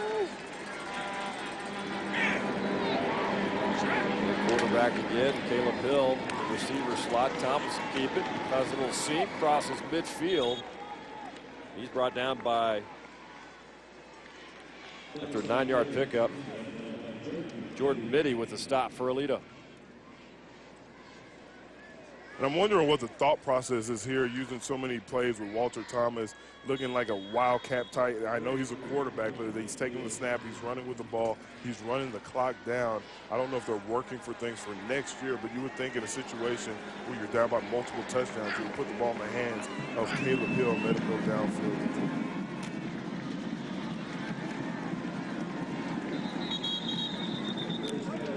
Going there for Patterson. Again, Jordan Mitty right there to meet him. Mitty's a 6'3", 230-pound senior. Top leading tackler on this Bearcat defense. I'm sure there are a couple of scouts at this game, and they have their eyes on Mitty, because when you have a middle linebacker that's 6'2", 230 and can move around the way he does, you expect him to play at the next level. Yeah, it's not uncommon to see some college football assistants here and making the rounds each and every year to come watch some of these recruits. And not just from Texas. Yesterday we had a game where 2 of the players were going to Colorado State and Colorado. So the whole timeout. Brenham, their final timeout of the half. All right, Brenham's final timeout of the second half. They talk it over, Coach West. Our forward outstanding player of the game, Luke Bishop. 6 of 10, 157 yards passing, 3 touchdowns, and also 128 rushing today, Indy. He's gotten it done on all fronts in this ball game here this afternoon. And I tell you what, when you talk about Aledo, especially on the offensive side of the ball and the player of the game, it could have gone to 2, 3 other guys. But Luke Bishop, it all starts with him. He is a quarterback. He touches the ball on every single play unless they have a wildcat, and he was able to get it done through the air and with his legs. There's a shot of Bishop. And you see a lot of players, if you're sitting at home or watching this, you see them staring up. So many players are not used to playing in this stadium, and you're looking at a huge jumbotron. And for these young 17, 18, 15-year-olds to see themselves on that huge jumbotron, after every play they do look up just to see themselves up there and say, hey, I'm up there like Des Bryant, like Tony Romo and the rest of those guys. That's a big treat for a young football player. 4th down and 2 now for the Cubs. Caleb Hill rolls left. Pass is caught by Cortland Sutton. That's a 15-yard pickup and a 1st down for the Cubs. Nice grab by Cortland Sutton, getting the ball at the highest point. It was pretty high, but he uses that frame and his jumping ability to come down with that ball. Look at the effort. You talk about effort, not giving up on a pass, not giving up on a play, and not giving up on the game. That's what you're talking about with Brenham Cubs. They're going to give you all they have for 48 minutes. That pass is picked off. Caleb Hill forced that one in. Tyson Mauser with the interception. He's come close today. Finally gets one. 32 yards on the return after the interception by Mauser. And Aledo's not giving up either. You know, they have a comfortable lead, but on defense, they're saying we do not want to give up another touchdown. And a nice anticipation play with Tyson Maurer getting a little bit too much air under that ball. Took too much time to get to the receiver. And Johnny on the spot is Tyson Mauser.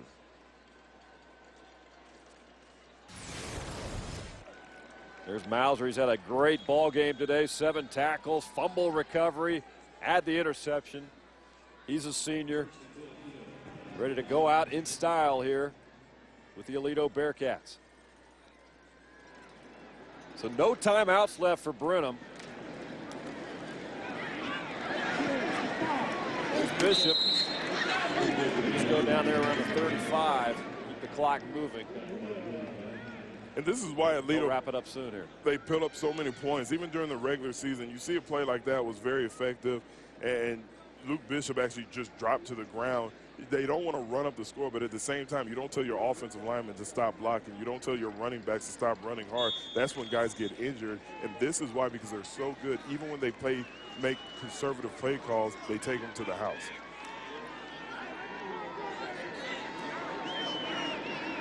Yeah, you can feel the buzz building here on this Aledo side. That since another state championship is coming 3 minutes away. Well in control of this one here this afternoon. 2nd down and 7 now from the 35-yard line.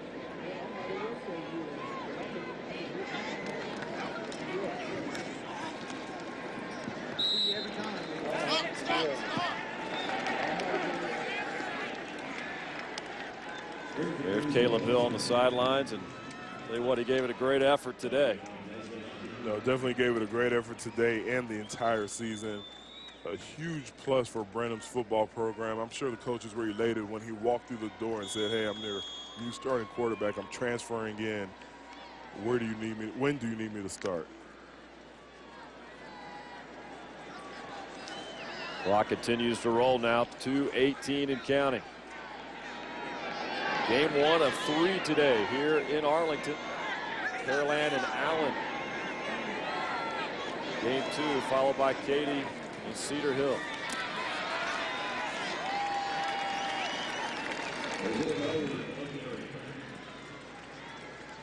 Isaiah Mallory with the carry there. So some of the young guys here with Aledo get some exposure here in the state championship atmosphere. You can't hurt doing that, can you? No, it can't hurt. And when you see the future of Aledo, the future looks bright for these guys. You have Luke Bishop coming back. You have Ryan Newsom coming back, Jess Anders. A lot of the big names that we've been talking about, they're all coming back. They are going to have to replace some of those big stud offensive linemen. But even on their offensive line, they have a freshman who's starting. They have a sophomore who's starting. So this team is going to be expected to make a deep playoff run next season.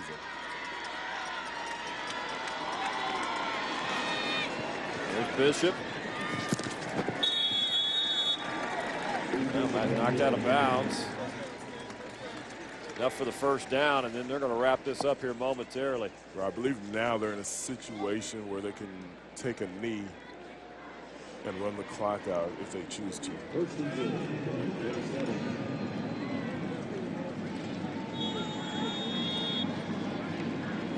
You can either take the knee or you can just give the ball to a bunch of youngsters and let them get a chance to say, hey, I had a carry in the state playoff game.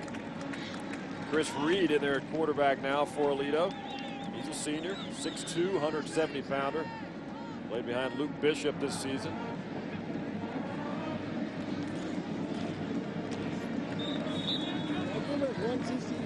year. And I like that move by the coach. You have a senior who's been a big part of your program. You know, those seniors, those backups, those are guys who run scout team. Those are guys who get the starters ready.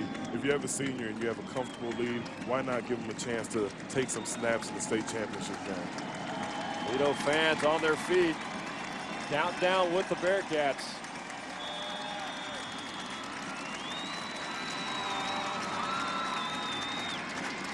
Aledo going for their 5th state championship. When the clock hits zeros, they will notch their 4th in 5 years.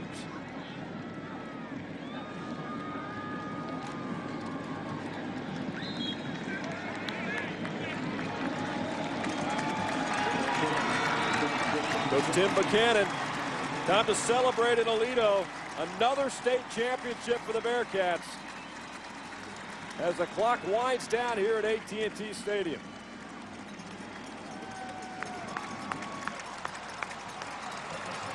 Capping off yet another perfect season, 16-0. Those are the type of seasons most high school players dream about. Congratulations to the Aledo Bearcats. 4th state championship since 2009. 45. A lot of talent on this football team. Much of it is returning next year as well. Congratulations to the Brenham Cubs for making it here as well. Brenham 14-1. What a role they had, Indy. Opening season loss to Richmond Foster 10-7, perhaps a wake-up call. And they promptly went on a 14-game winning streak for today. Yes, they should be proud of themselves, proud of the season. When they go back to the Houston area, they should be greeted with fans patting them on the backs and saying, hey, very, very nicely done. Here's Coach Buchanan. He's a little too calm. He's too used to this winning. Another piece of hardware going to Aledo, though. Never gets old. But he puts in the work, and you're right. It never does get old for these guys. There's Luke Bishop, of course, winning a state title.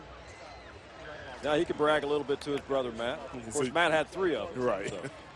He has a chance to get another one next year. Then you say they have a younger brother in the 6th grade who's probably out there, and he understands his role is going to be to keep the family tradition going. When you look at Aledo and what they've been able to do on offense, you talked about Bishop rushing 146 yards, Anders 122 yards on the day, and Newsom 91 yards. So you have 3 guys who are very close or over 100 yards, and receiving Taco Anderson 4 receptions for 95 yards and 2 touchdowns. Just so many weapons on this Aledo team.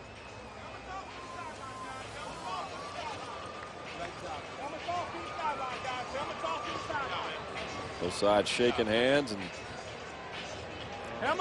award ceremony will happen momentarily.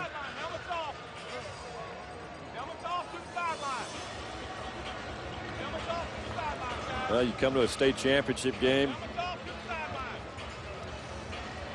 keep your head held high because you've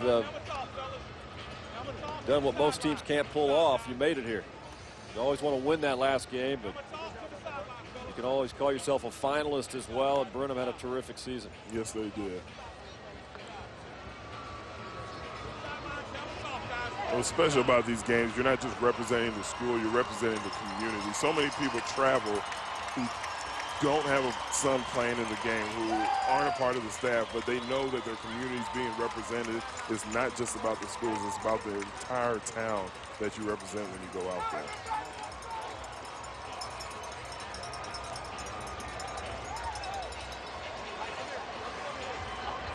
We'll get some post-game reaction here momentarily. Awards presentation coming up as well for both teams. The state champion, 4A Division II state champion, Aledo Bearcats, and the runners-up, the Brenham Cubs.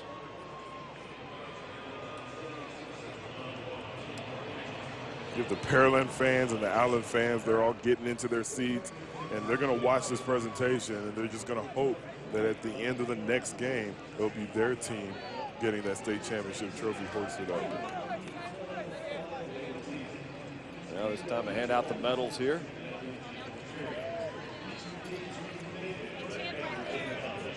Guys put in a lot of work to get to this point. Outstanding program at Aledo for many, many years, and same for Brenham. Two coaching staffs that have been together for quite some time on both campuses.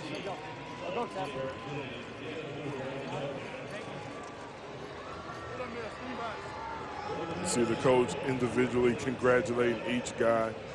Like you said, no matter how many times you win this game, no matter how many state titles you get, everyone's going to be special.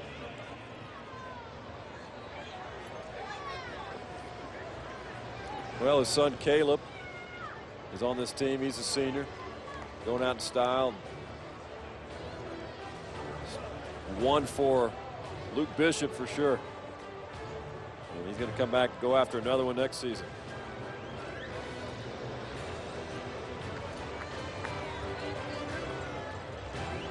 A lot of these fans will stay around for the second game and the nightcap as well.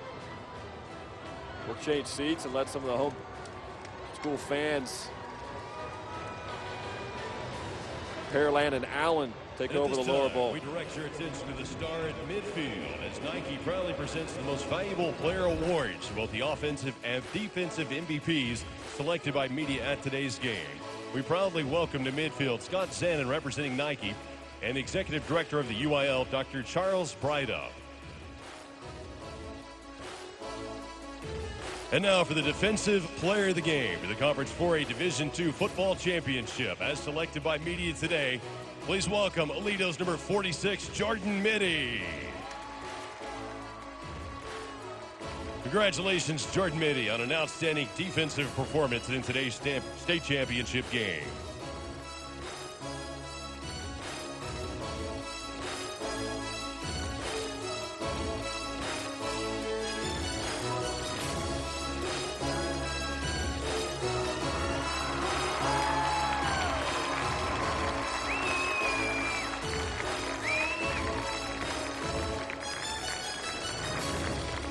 And now the offensive player of the game for the Conference 4A Division II State Championship.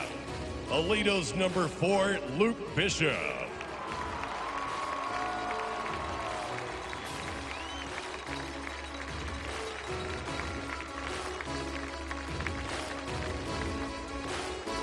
On behalf of Nike and the UIL, congratulations to Jordan Mitty and Luke Bishop being our today's MVPs.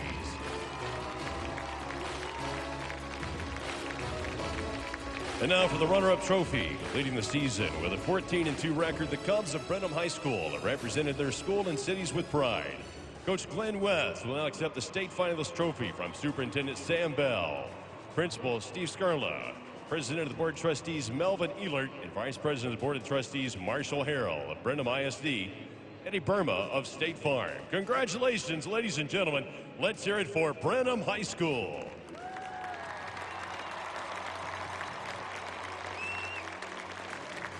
And ladies and gentlemen, your Conference 4A Division II football state champion, the Bearcats of Aledo High School. Finishing the season 16-0, head coach Tim Buchanan and his team have achieved the goal of becoming Texas High School state champion. Coach Buchanan, please step forward and accept your state championship trophy from Superintendent Dr. Derek City, Principal Dan Peterson, Freshman Center, Principal Angela Timms of Aledo ISD, and our State Farm representatives. Let's hear it for your 4A state champion in Division II, Aledo High School.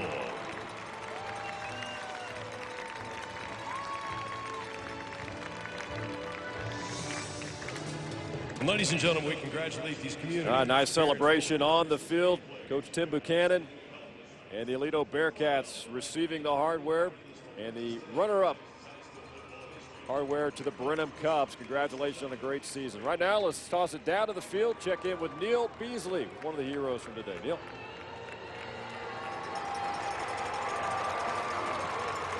All right, guys, holding up the trophy. We're going to get Luke here in just a second. He wants to be involved in the, hey, Luke, come here real fast, buddy. It took you guys a little bit longer than normal to put up the points, but eventually you guys got it rolling offensively. Yes, sir. They were very good defensively, and we finally got into, we started out real sloppy, had a few penalties here and there, but once we got into the rhythm, it started working for us. And I noticed once you started running the ball more, it started to really click. Was that something that was called or something that you just kind of feel as you go? Well, the play was actually a read. Either I'm going to hand it off or I'm going to run it. And, you know, a lot of them read me pull it and take it. You know, the holes opened up real well. The O-line did a great job. And defensively, your guys have been giving you great field position all year long and did it again today in a state championship. Our defense is the best in the state of Texas, hands down. You know, they're the reason why we're putting up so many points. You know, they force turnovers, they give us great field position, and there's an overall great group of guys. And your brother won back-to-back-to-back. How much pressure was there on you to get your own? I just had to have me one. I couldn't take it. I had to get me one. Oh, well, congratulations. Go and enjoy it. Thank you. Thank you. All right, there he is, the look of a state champ. Got himself one, and he can come back next year and get himself another.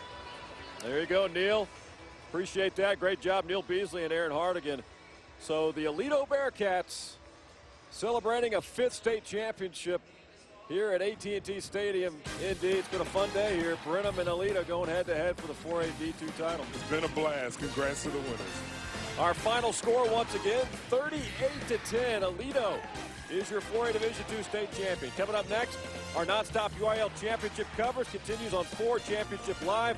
Then it's Allen and Pearland in 5A Division I. For Indy Kalu, Neil Beasley and Aaron Hardigan, I'm Randy McAvoy. Thanks so long for now.